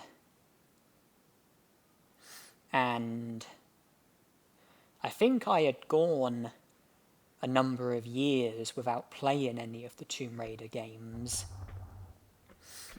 And I think my interest in Tomb Raider was pretty limited at the time.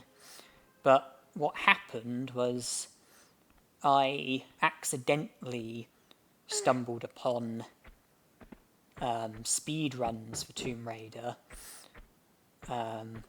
Speedruns done by Rad Ryan. You know, at the time, you know, he was one of the top speedrunners for the Tomb Raider games.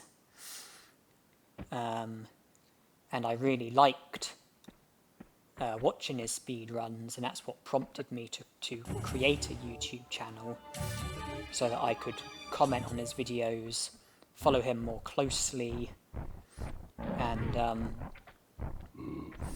yeah, watching his speedruns for Tomb Raider, I found it highly fascinating, and it actually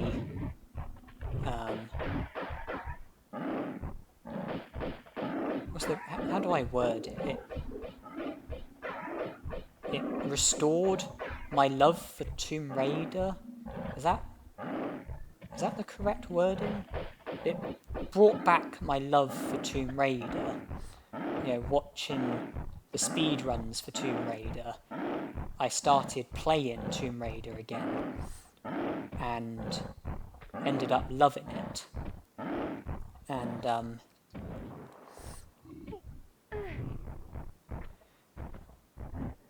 And well, watching Rad Ryan's speedruns resulted in me watching other videos for other Tomb Raider videos, and you know, videos for other video games. You know, let's plays, speedruns, individual challenges, and I've pretty much been, you know, a YouTube addict since then.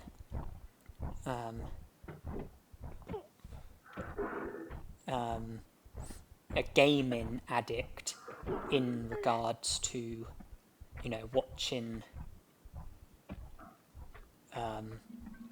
gaming videos, you know, watching gamers do gaming videos.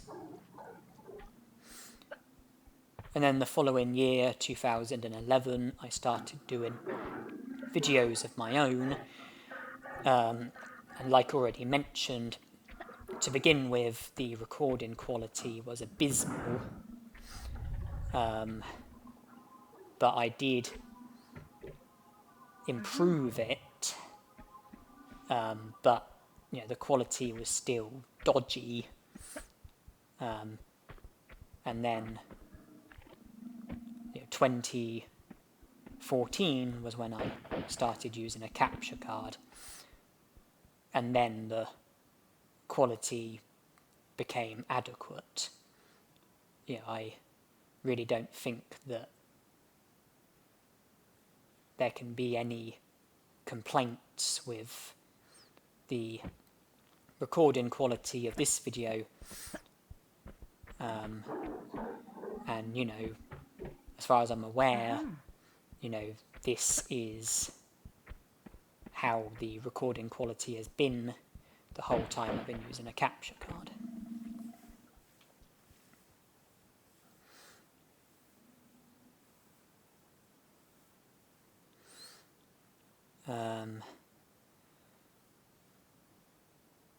So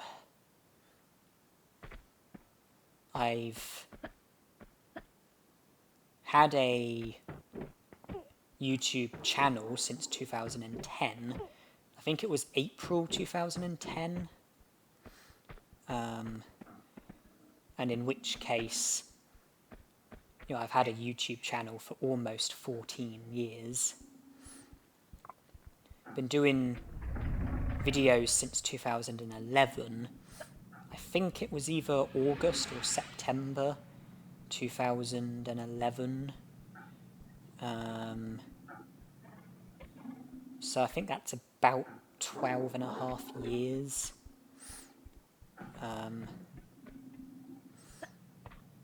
And to this day, I've done over 1,200 YouTube videos, and all but 2 of them are gaming videos. I joined the Tomb Raider forum at around the same time that I started doing YouTube videos. So I've been a member on the Tomb Raider forum for about 12 and a half years.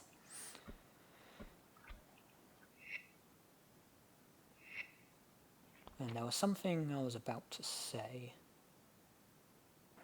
My mind's gone blank again.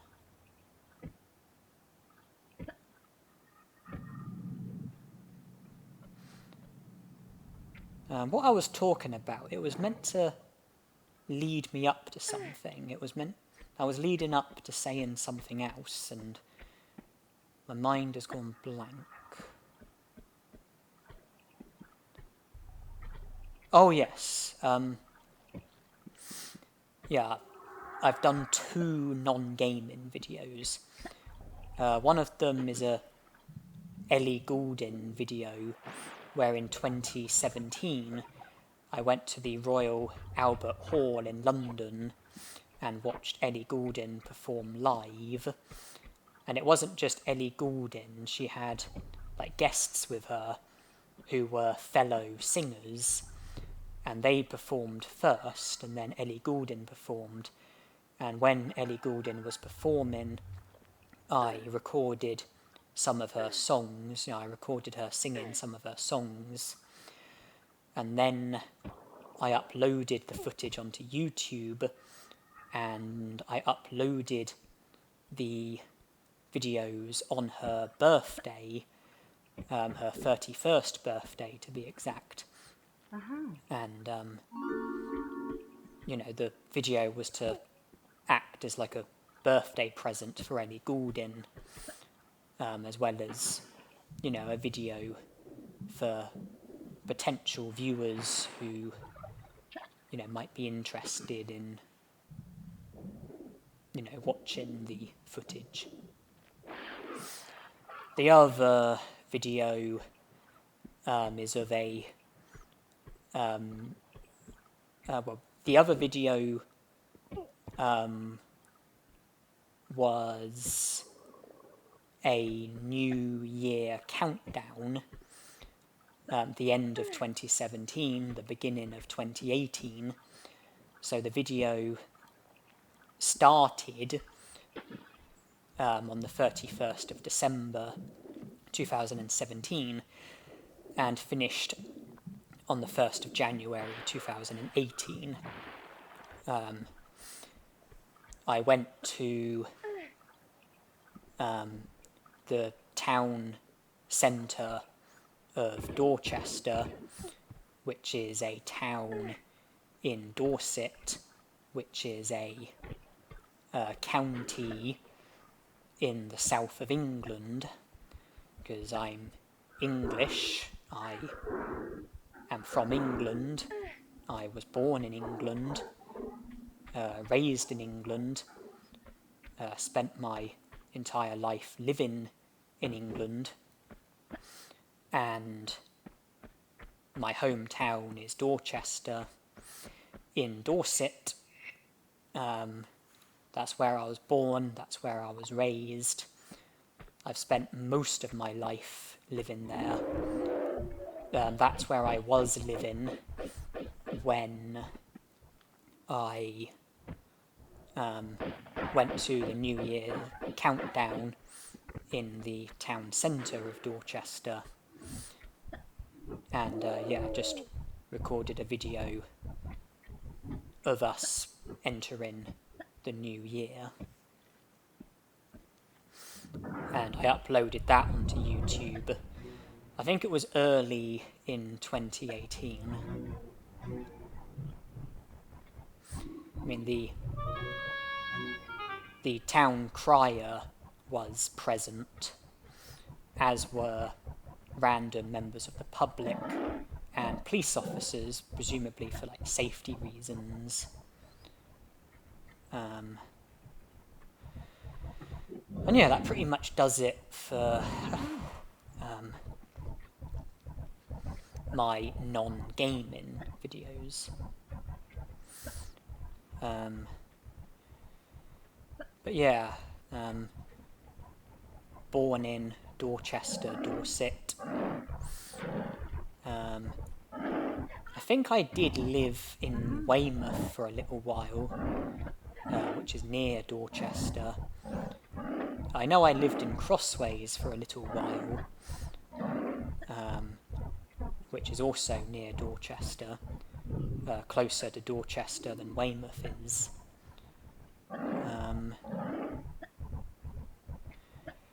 When I was a university student, I lived in Winchester, a city in Hampshire, which is also South England, because I went to Winchester University, but I dropped out after about 5 months, so I didn't live in Winchester for very long.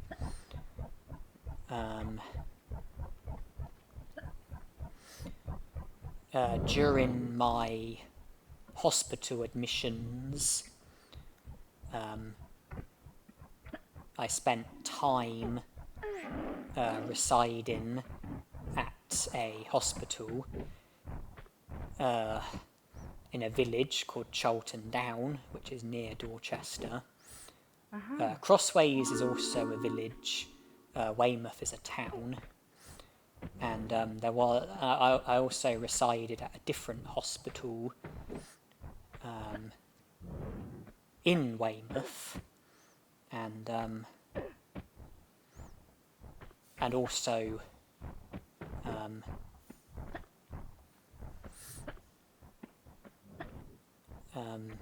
a hospital in Poole,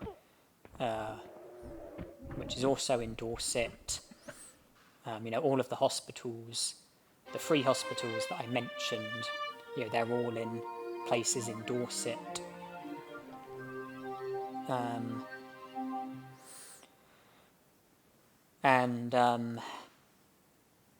The hospital that I'm currently residing at is in Berkshire, South England once again.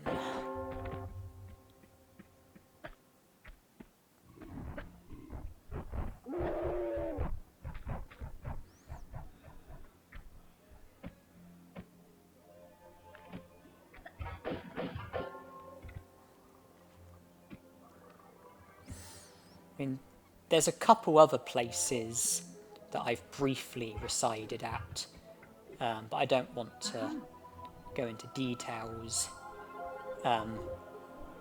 But, you know, the stay was pretty brief. We're only talking months.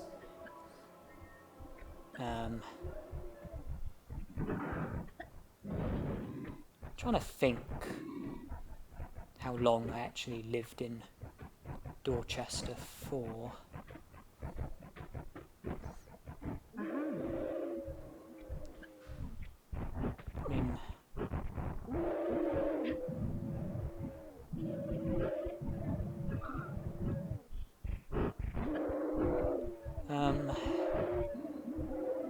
just trying to work it out. Definitely over 20 years. Probably less than 25 years. So, you know, comfortably the majority of my life.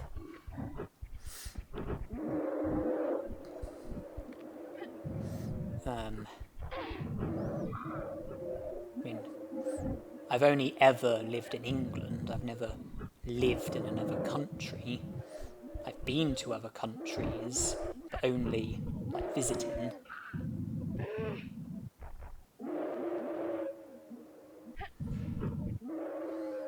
And you know, the places that I've lived at, you know, resided at, I think they've all been, you know, South England.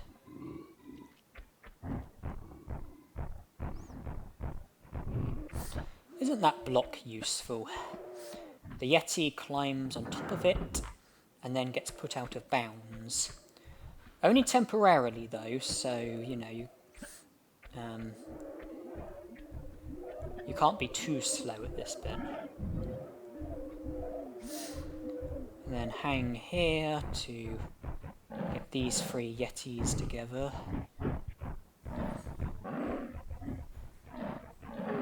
Okay. Then wait for them to come up and get close to you. Okay, got a decent lead on them. That's the bow sorted. Hopefully they won't catch up. Alright. Well, those Yetis shouldn't be a problem because they can't get up here.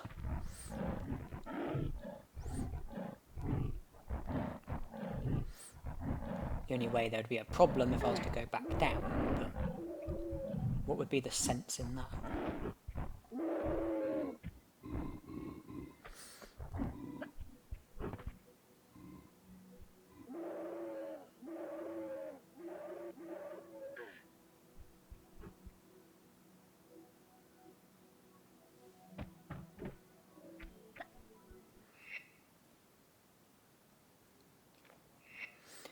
Now, I took the precaution of saving here because up ahead is one of the harder parts of the level.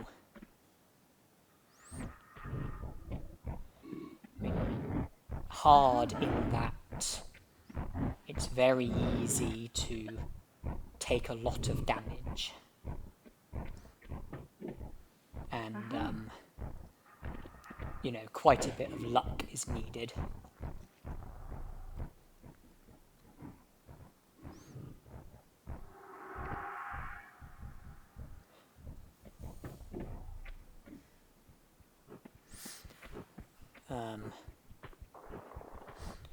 It's just, you know, with bad luck, you could end up consuming a fair few health packs, which we don't want.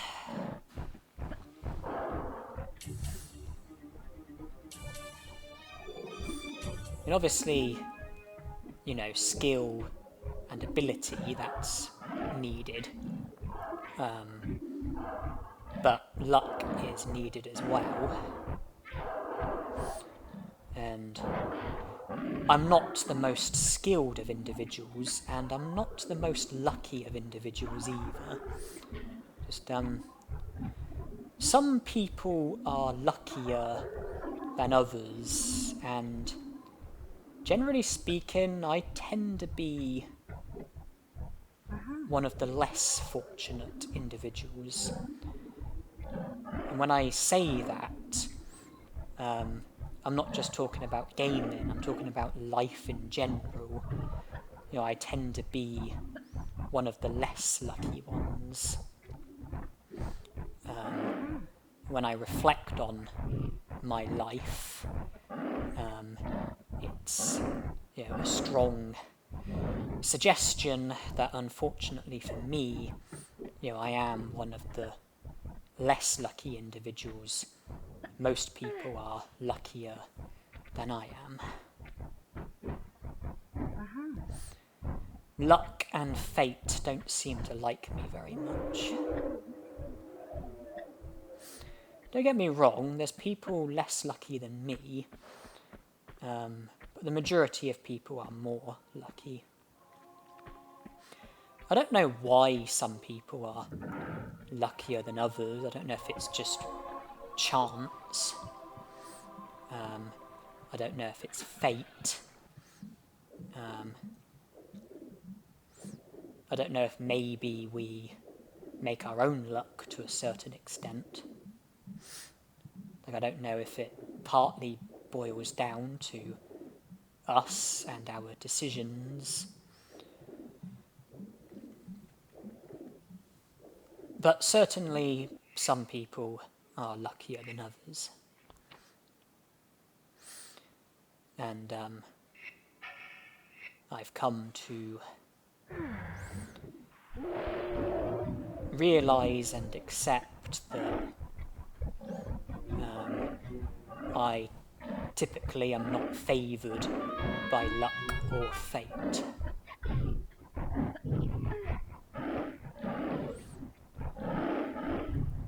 Don't get me wrong, I mean, there have been times where I have been lucky.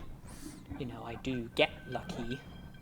I will continue to get lucky. But for the most part, I'm less lucky than most other people.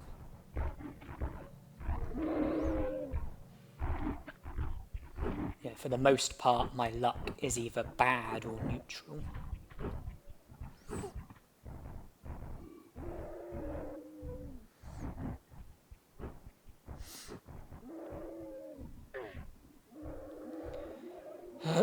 Almost at the end of the Tibet section.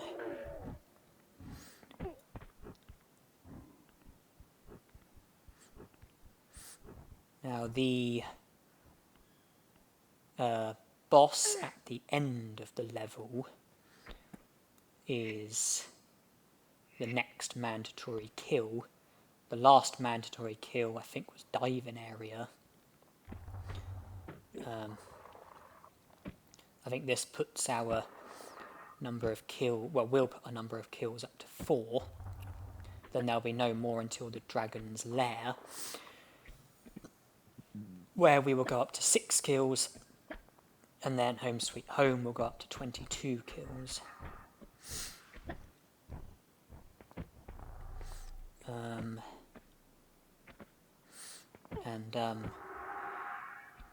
With the boss at the end of this level,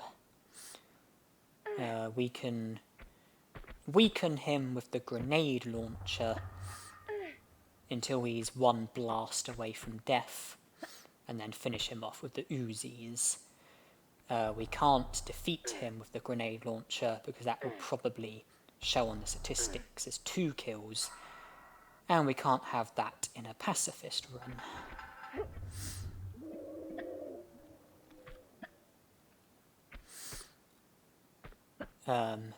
And interestingly,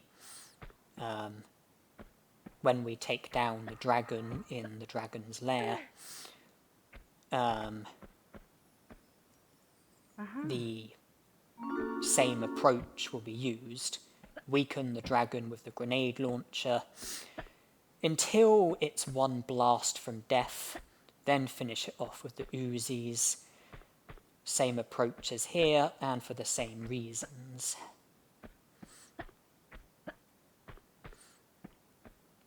Weaken it with a grenade launcher so that we know when it's close to death, and then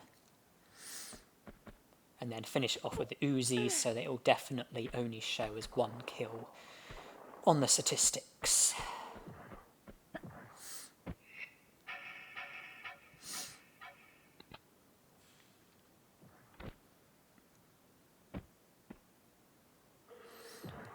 And the grenade launcher doesn't have the best accuracy in the world, so we do need to be sensible with our shooting.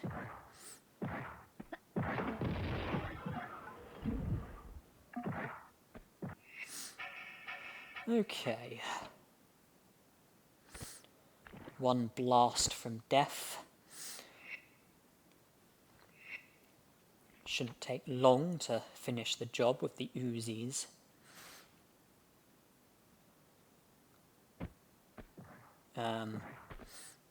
But I'm choosing not to defeat him right now because I want to collect the large medipack, which is down here, even though I really don't need it. Okay, he's dying. We have enough time to pick up the health pack. And that's the end of that level. And I should probably end the commentary session here and carry on in a moment because my bladder is about to explode.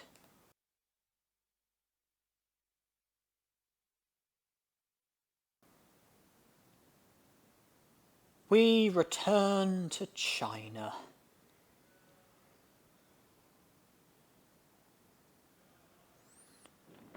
Temple of Zion it is.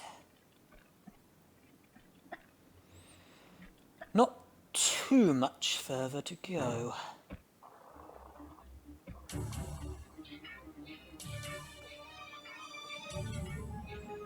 And, well, of all the pacifist runs that I've done for Tomb Raider 2, this is actually the first time that I'm doing commentary for a pacifist run for Tomb Raider 2.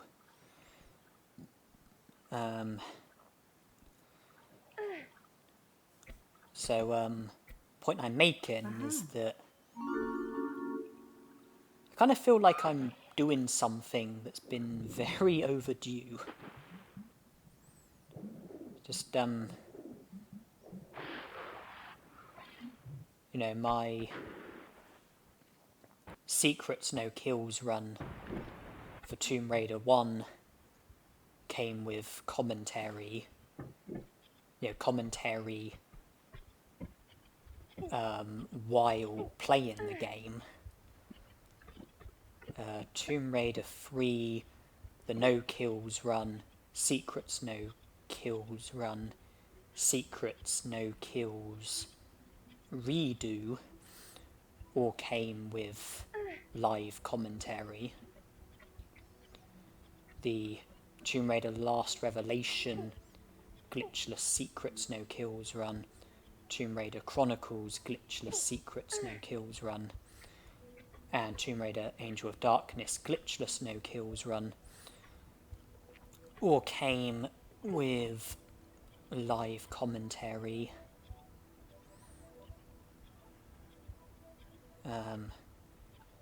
I won't comment on the No Kills run for Tomb Raider 1. I'll just try to pretend that I never did that, just because of how dreadful the recording quality was.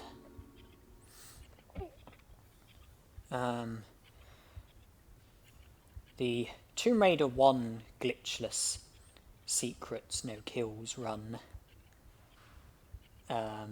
didn't come with live commentary, but post-commentary. The Tomb Raider 3 Glitchless Secrets No Kills Run, it didn't come with live commentary, and there was never any intention of doing live commentary.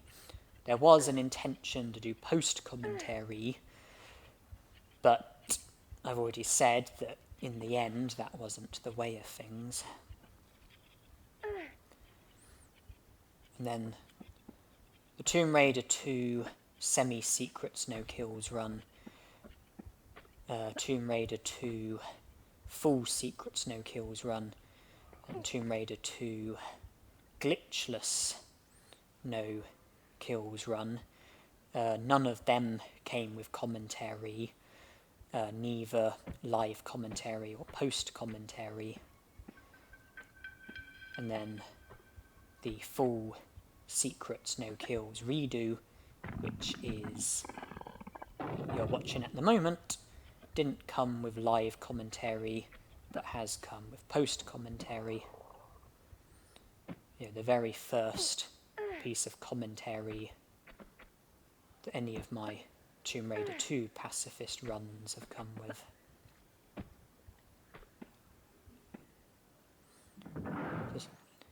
The reason why I, didn't do live commentary for any of my Tomb Raider 2 Pacifist runs, but did do live commentary for other Pacifist runs, is because the other Tomb Raider games were all a lot easier to do Pacifist runs for.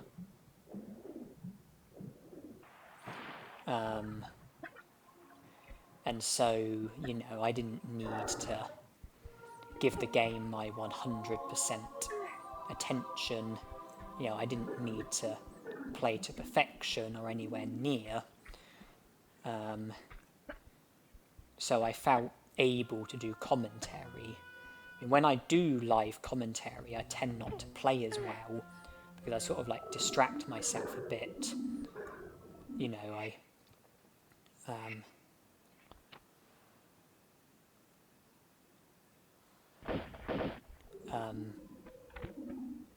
Because part of my concentration is on my commentary, so I'm not giving the game my full focus. And also, if I was to do badly at a certain bit and I'm doing commentary, I think I'm less likely to reload and try again, because I wouldn't want the commentary to go to waste, and I wouldn't want to keep redoing the same thing over and over.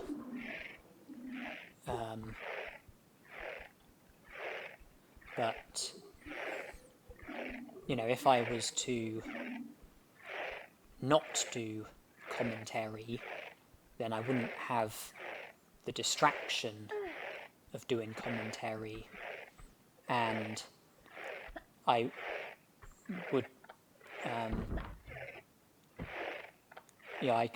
I can easily, if I'm not happy with how WoW a bit goes, then, it's very easy to just reload and try again. You viewers wouldn't know any different.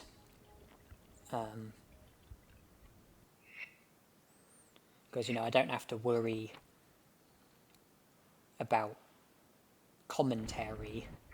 I don't have to worry about keeping fouled bits in just because of, commentary that I've said.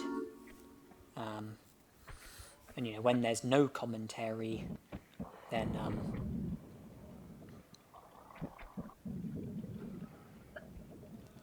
then I don't need to keep in fouled bits that I'm unhappy about. If a bit goes badly and I'm not happy about it, then I can easily reload and try again, and don't have to worry about keeping bits in or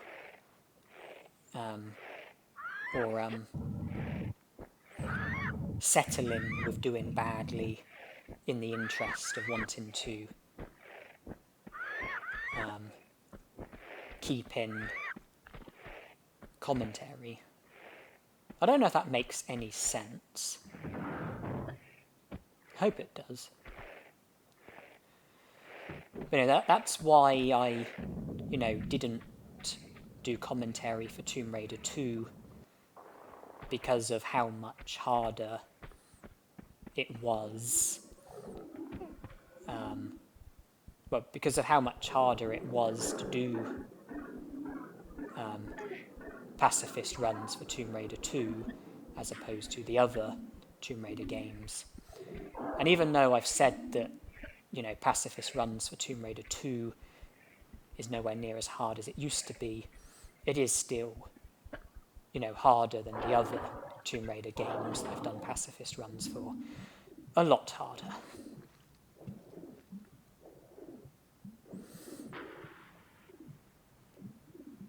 I have to say, even though, I liked doing live commentary, doing post-commentary is something I have taken a shine to. Firstly, because of the benefits that I mentioned, I'm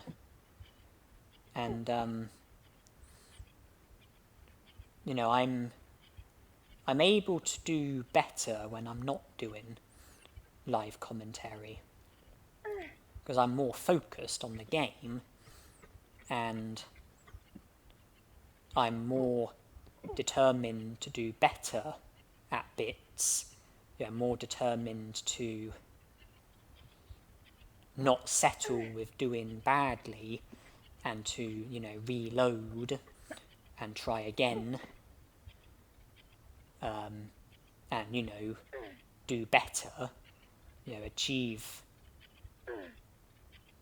closer to perfection. And,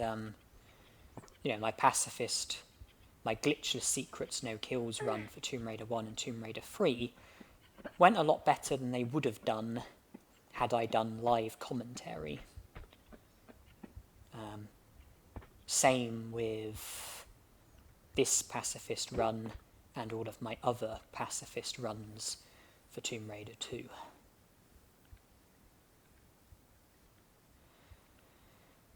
And, the challenge that I'm planning on doing for Tomb Raider 1 is not going to come with live commentary. There'll be 15 videos, level 1 caves all the way through to the final level, the Great Pyramid. And I don't think they will come with post-commentary either.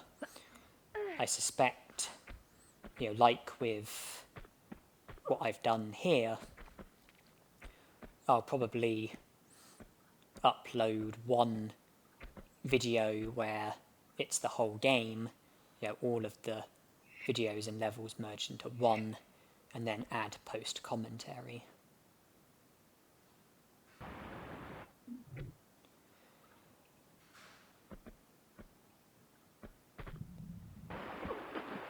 When I, did do live commentary, I don't think I ever imagined myself being satisfied with not doing live commentary. I don't think I imagined myself being satisfied with post-commentary. But, now that I've done quite a bit of post-commentary, gone a long time without doing live commentary, I don't really want to go back to doing live commentary. I think my preference is to just either do no commentary at all, or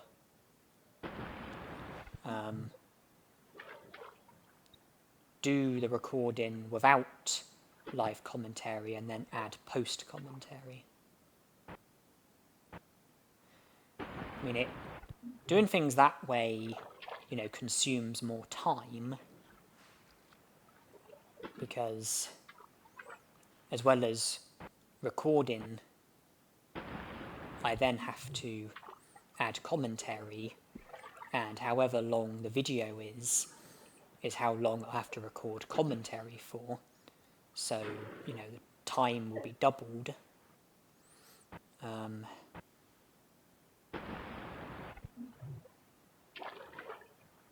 But I prefer to do things that way, at least at the moment.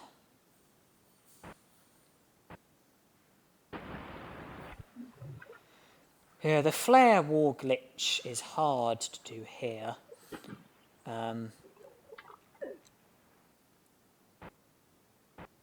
It's just, I don't know why, but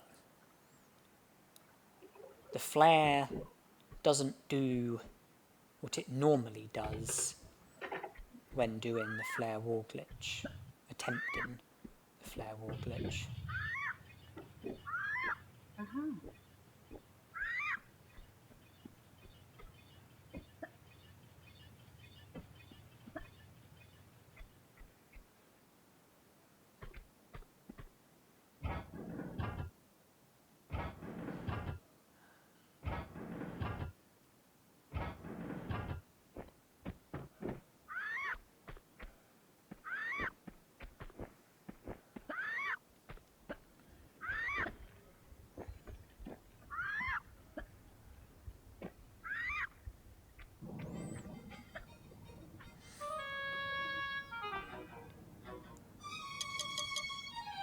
And I don't know why, but a problem that I have with this game, with the final levels of the China section, Temple of Zion, Floating Islands and Dragon's Lair, is that if I try to pause the game or go into my inventory, the game is very prone either to freezing, permanently freezing, or temporarily freezing. Which is weird, because I don't remember having that problem like years ago. I remember I had a copy of Tomb Raider 2 and I didn't have the problem that I just mentioned, but the game stopped working. Then I bought a new copy of Tomb Raider 2, and then since then I've had the problem that I've just mentioned. And my hunch is that it's to do with the version of the game that I've got. Like, I don't think it's due to like the state of the disc or the state of my PlayStation. I think either it's the version of the game,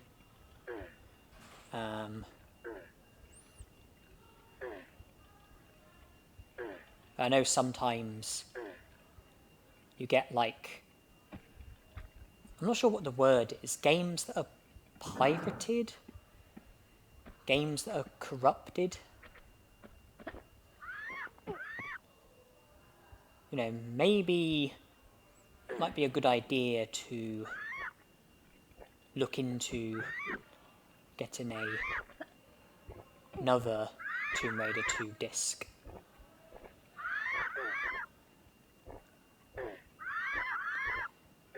Is, you know, the problem with the freezing in the China section, well, I mean, not the Great Wall, the other China levels.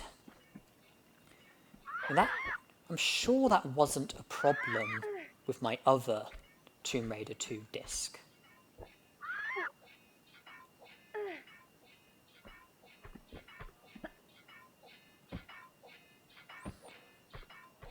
You know, during this level and Floating Islands and the Dragon's Lair, particularly this level and the Dragon's Lair, yeah, the game did freeze a lot, and for a fair while, I mean, probably less than a minute, but quite a lot of seconds, maybe 20 seconds, maybe 30 seconds, maybe 40 seconds. But, you know, when editing the video, I speeded up the bits where the game froze, so that it was a lot more brief for you viewers. You know, the game did freeze a lot, and you know, for a lot of seconds,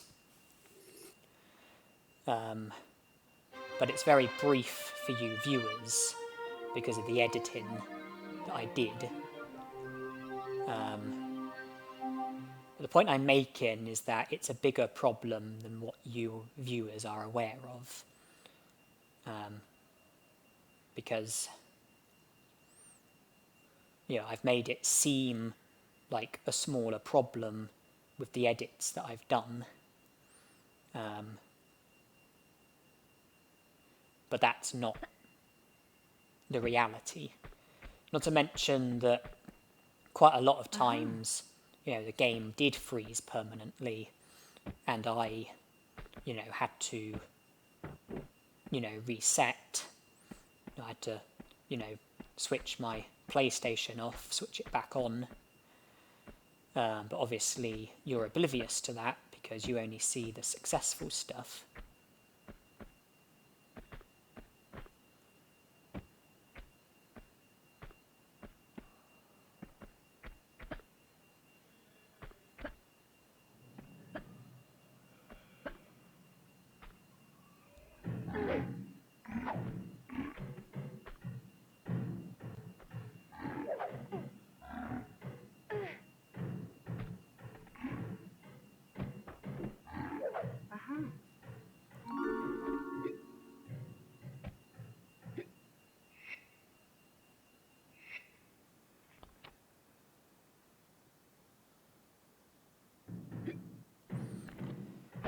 If anybody has any knowledge regarding, the freezing,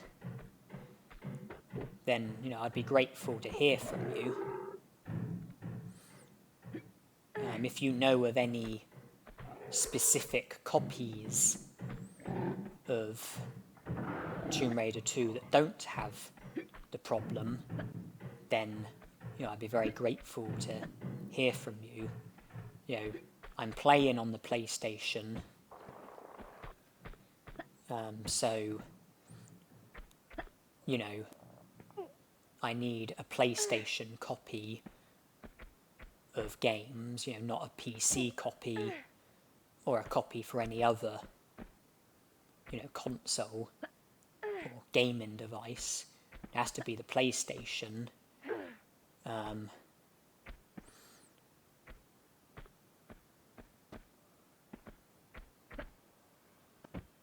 I live in the UK. I think the UK tends to go by POW, as opposed to, is it NTSC? But despite the fact that, this is a PlayStation 1 game, I play it on my PlayStation 2 because my PlayStation 1 broke a long time ago.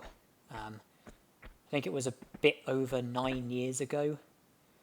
My PlayStation 1 stopped working. But I have memory cards that work on both the PlayStation 1 and PlayStation 2. They work for PlayStation 1 games on the PlayStation 1 and the PlayStation 2. So I decided to just play my PlayStation 1 games on my PlayStation 2.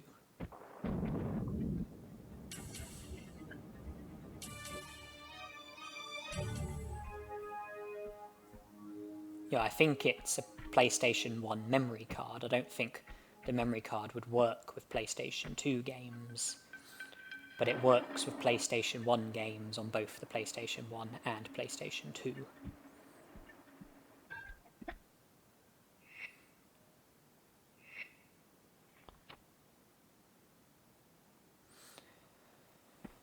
And, well,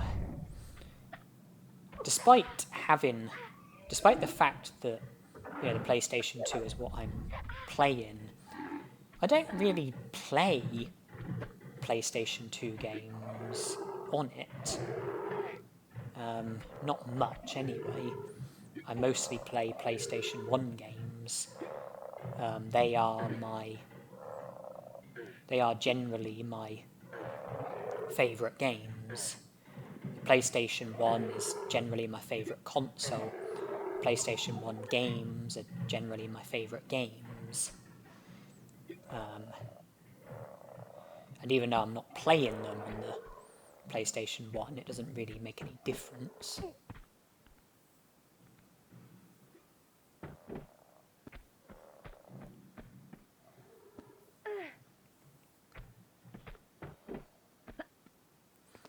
And when I was a kid, the Nintendo 64 was my favourite console, and Nintendo 64 games were my favourite games. But that's not the way of things anymore. I now prefer the PlayStation 1, and have done for many, many years.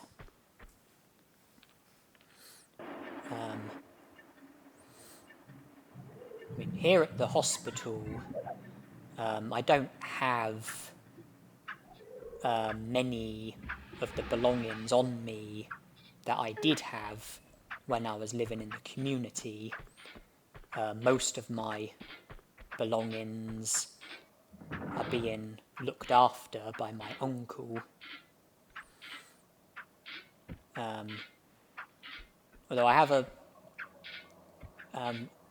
a minority of my belongings are being looked after by a couple of friends, but most of my belongings are being looked after by my uncle. And my PlayStation 2 is the only console that I have with me here at the hospital.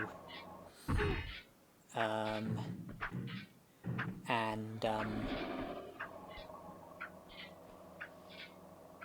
don't have any of my other consoles on me, like PlayStation 1, PlayStation 3, Nintendo 64, Nintendo Wii, Nintendo DS. Those are all the other consoles that I own, but none of them are here with me, just the PlayStation 2. I don't have all of my PlayStation 1 games on me.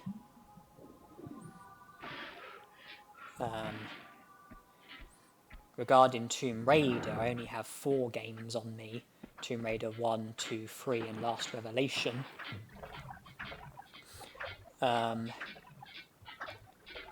As for PlayStation 2 games, well, all of the PlayStation 2 games that I owned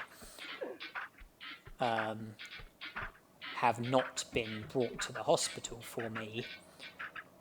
I did purchase second copies of Final Fantasy X and Final Fantasy X-2 because I wanted to play them here at the hospital. So I, ordered them, got them delivered here, even though I have copies of Final Fantasy X and X-2 with all of my other belongings. But I have to say, I didn't actually play that much of Final Fantasy. Well, what I mean is, during my time here, I haven't played much of Final Fantasy X or X-2. I mean, when I was younger, when I was living at home, when I was living in the community, I spent many years playing Final Fantasy X and X-2. You know, completed both of them 100%. And you know, I was expecting to do the same here at the hospital. But I've actually lost interest in Final Fantasy X and X-2. Like I did start playing them here, but it just didn't do it for me. And I stopped playing them, and I just don't have any interest or desire to play them. I think I've lost interest in Final Fantasy X and X-2.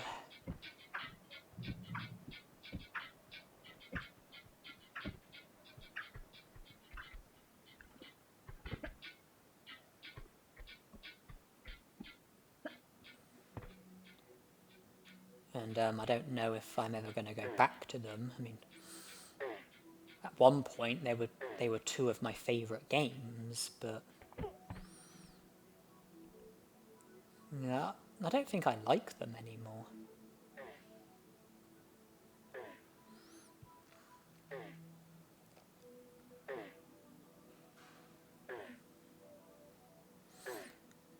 It's still Tuesday, the 13th of February, and I think I will be finishing this tonight.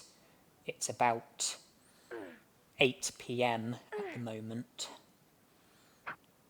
I think I've got less than half an hour left to do, and I am aiming to finish tonight.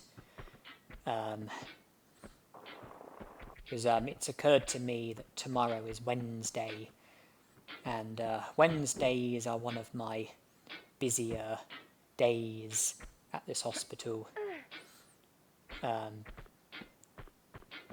because regarding my routine, there's a couple of things that I do on Wednesday which I don't do on every day of the week.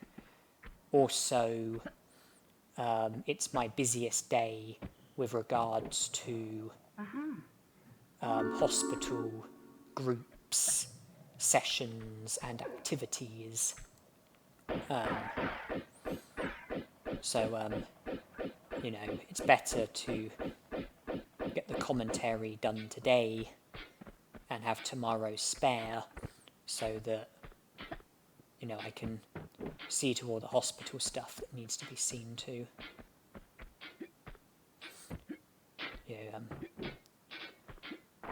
Doing commentary tomorrow would have been a bit more restricted with time.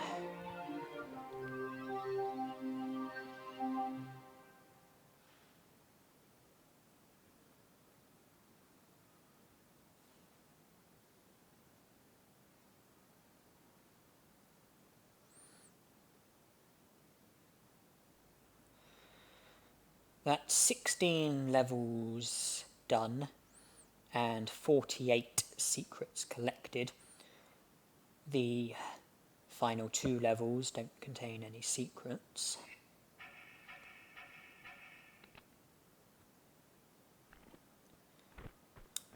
They do contain kills, though. 18 to be precise.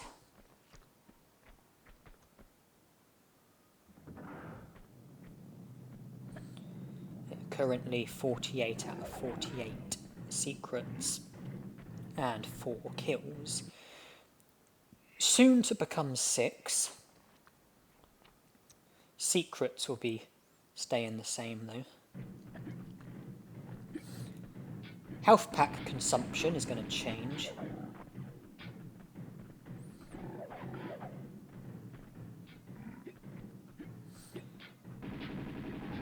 Yeah, in this area, there's one enemy who needs to be killed, and he's the only enemy who you are allowed to kill under these restrictions.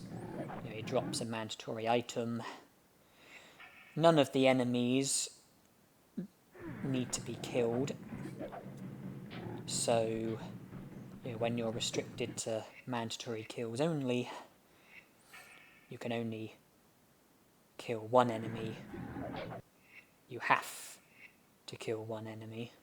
You can't kill more than one enemy.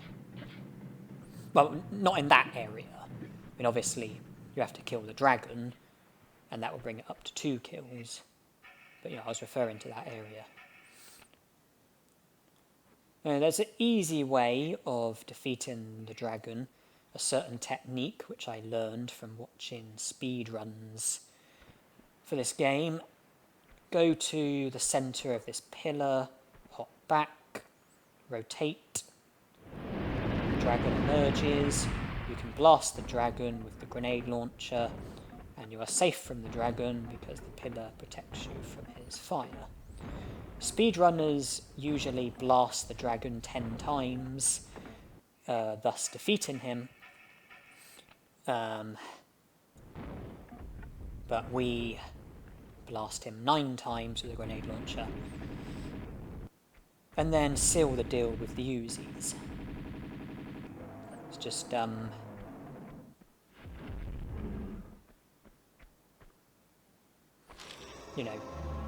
had I gone the whole way with the grenade launcher, then I imagine that the death of the dragon would show as 2 kills and not 1. It's also vital that when you stun him, you get the dagger out of him straight away so that you kill him. Because I think every time you stun the dragon, it shows on the statistics as a kill, meaning that if you were to stun him and not get the dagger out of him in time and then have to stun him again, I think that would show as an extra kill.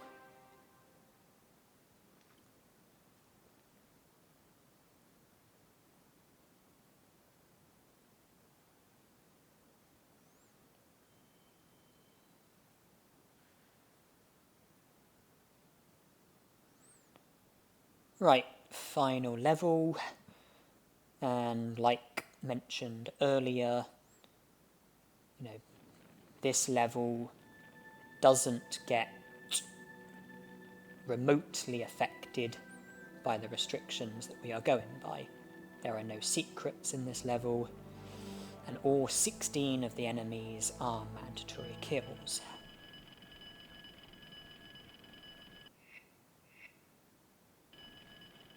You can't not kill any of the enemies.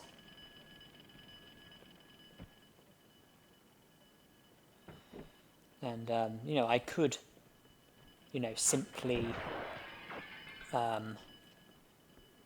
just go through the level normally and, kill all the enemies and be done within the matter of a few minutes, probably. But I explained that, for a bit of fun, I like to lure most of the enemies here, kill them here, and then after killing the final enemy, set myself on fire. It just makes the final cutscene a bit more entertaining.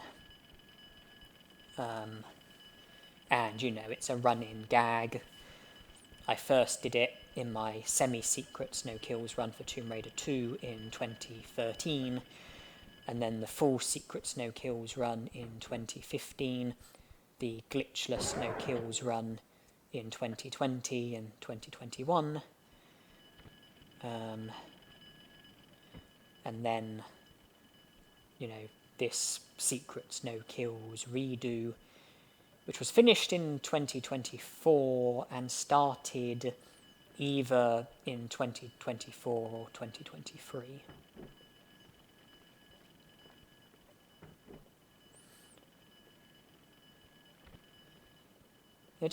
It wouldn't feel right doing the level the normal way, because it's just, for me, it's just become a tradition to just kill the enemies this way when doing a pacifist run for the game. If I was to do a different type of challenge for this game, then I don't know how I would go about killing the enemies in this level. I guess it depends on what the challenge is. It's just, you know, for this challenge, even though it's harder to do the level this way, you know, it's not like, you know, it's hardly really difficult. But, you know, if I was to do a challenge where it would be really difficult to kill the enemies in this way for whatever reason, then I would probably do the level normally. Like, let's say that let's say that I was to do a challenge where part of the restriction is no scratch or minimal damage, then, you know, I don't think I would lure the enemies to the bathroom. I think I would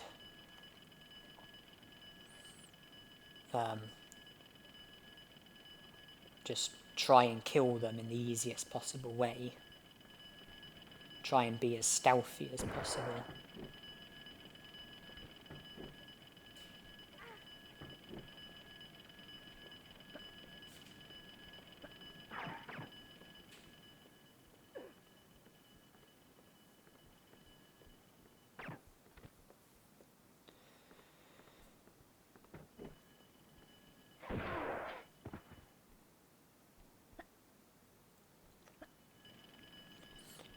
Yeah, the first 15 enemies I lure to the bathroom and kill them there.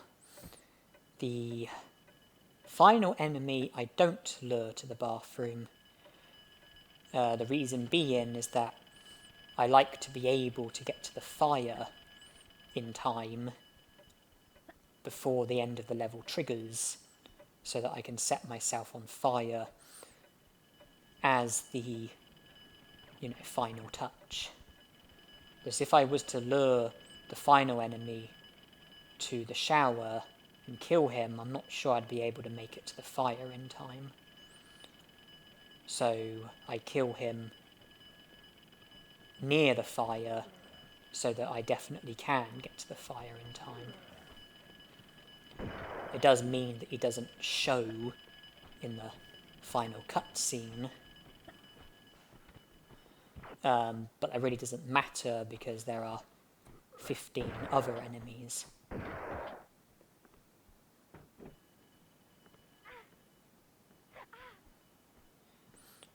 Yeah, there are plenty of enemies to feature in the final cutscene. Yeah, plenty of dead bodies.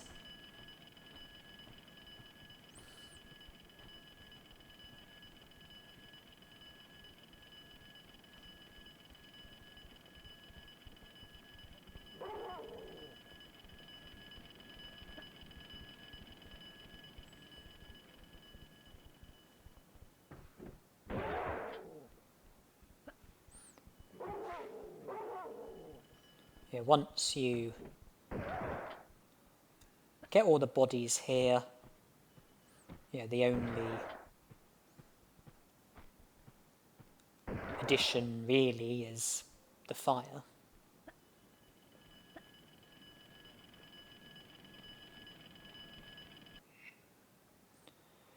"11 kills, so 4 more, and then the final guy."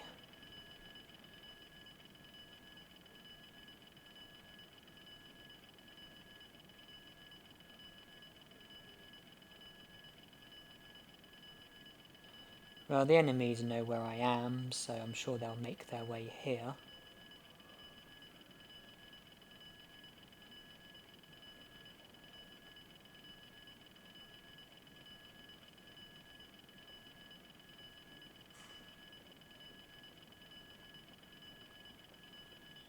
Okay, enemy number 12 detected.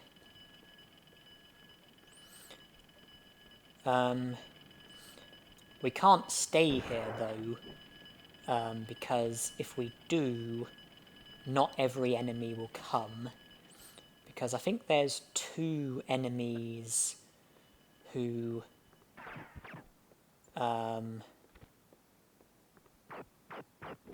won't show up because they haven't spawned yet, and in order for them to spawn, there's a certain area that you have to go to outside in order to trigger them.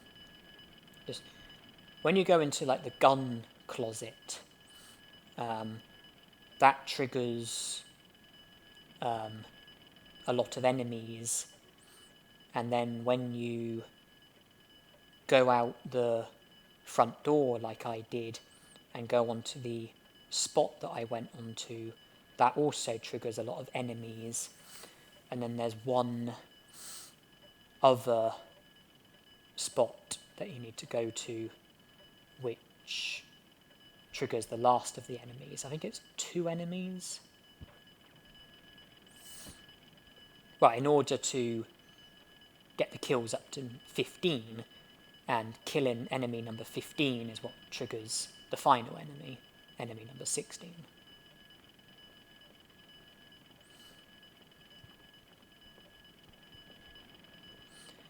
Although, actually, saying about the 2 enemies, where there's a spot outside that triggers them, I have a feeling there might be more than one trigger spot for them.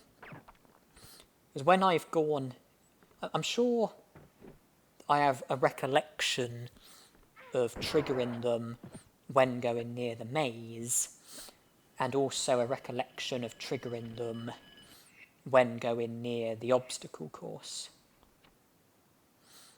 So there might be more than one trigger spot for those 2 enemies. Maybe more than one trigger spot for other enemies, but who's to say? I mean, I'm sure there's people who know, but I don't belong to the people who know. I mean, I know how to trigger all of the enemies, but I don't know if the way that I do it is the only way that you can do it, or if there are other ways.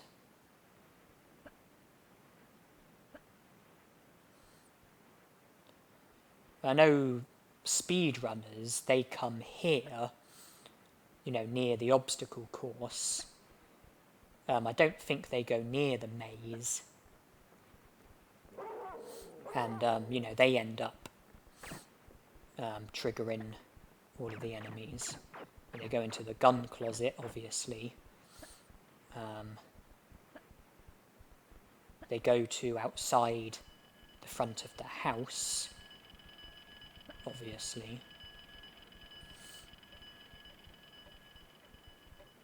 And the obstacle course.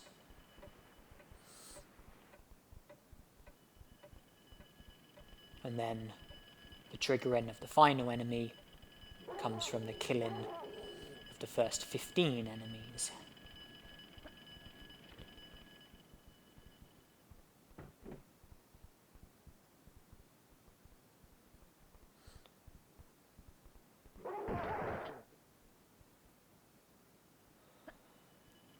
I think that's 14 enemies down. I think the gunman is the last remaining enemy out of the first 15 enemies.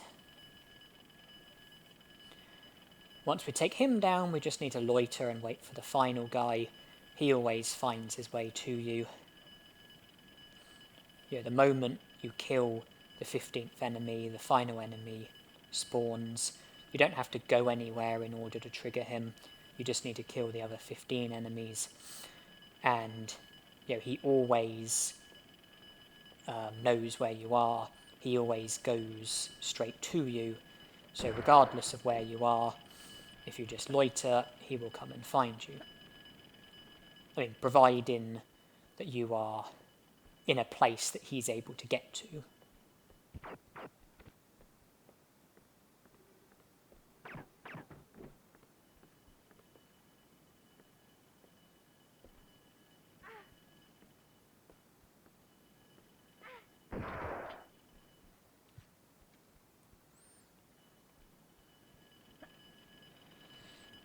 We'll just loiter here, near the fire.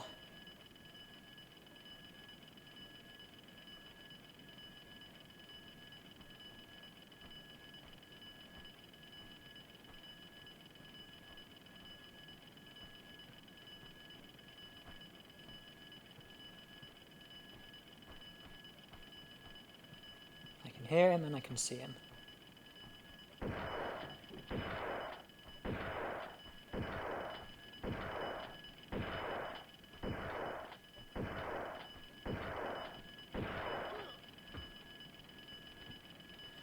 And we manage to see to the fire, see to dead bodies. Don't you think you've seen enough? The run-in gag survives another pacifist run for Tomb Raider 2. And like it says on the screen, that brings us to the end. Just make it through the credits and then we will have the final statistics. Should be 22 kills, 48 secrets, 3 health packs used in total. Not so sure about the time or the amount of ammo used or the hits or the distance, but that doesn't really matter. Not under the restrictions that we're going by. If it was a speed run, then the time would matter. But it's not a speed run, and I never will do speed runs. I will never have what it takes to do speed runs.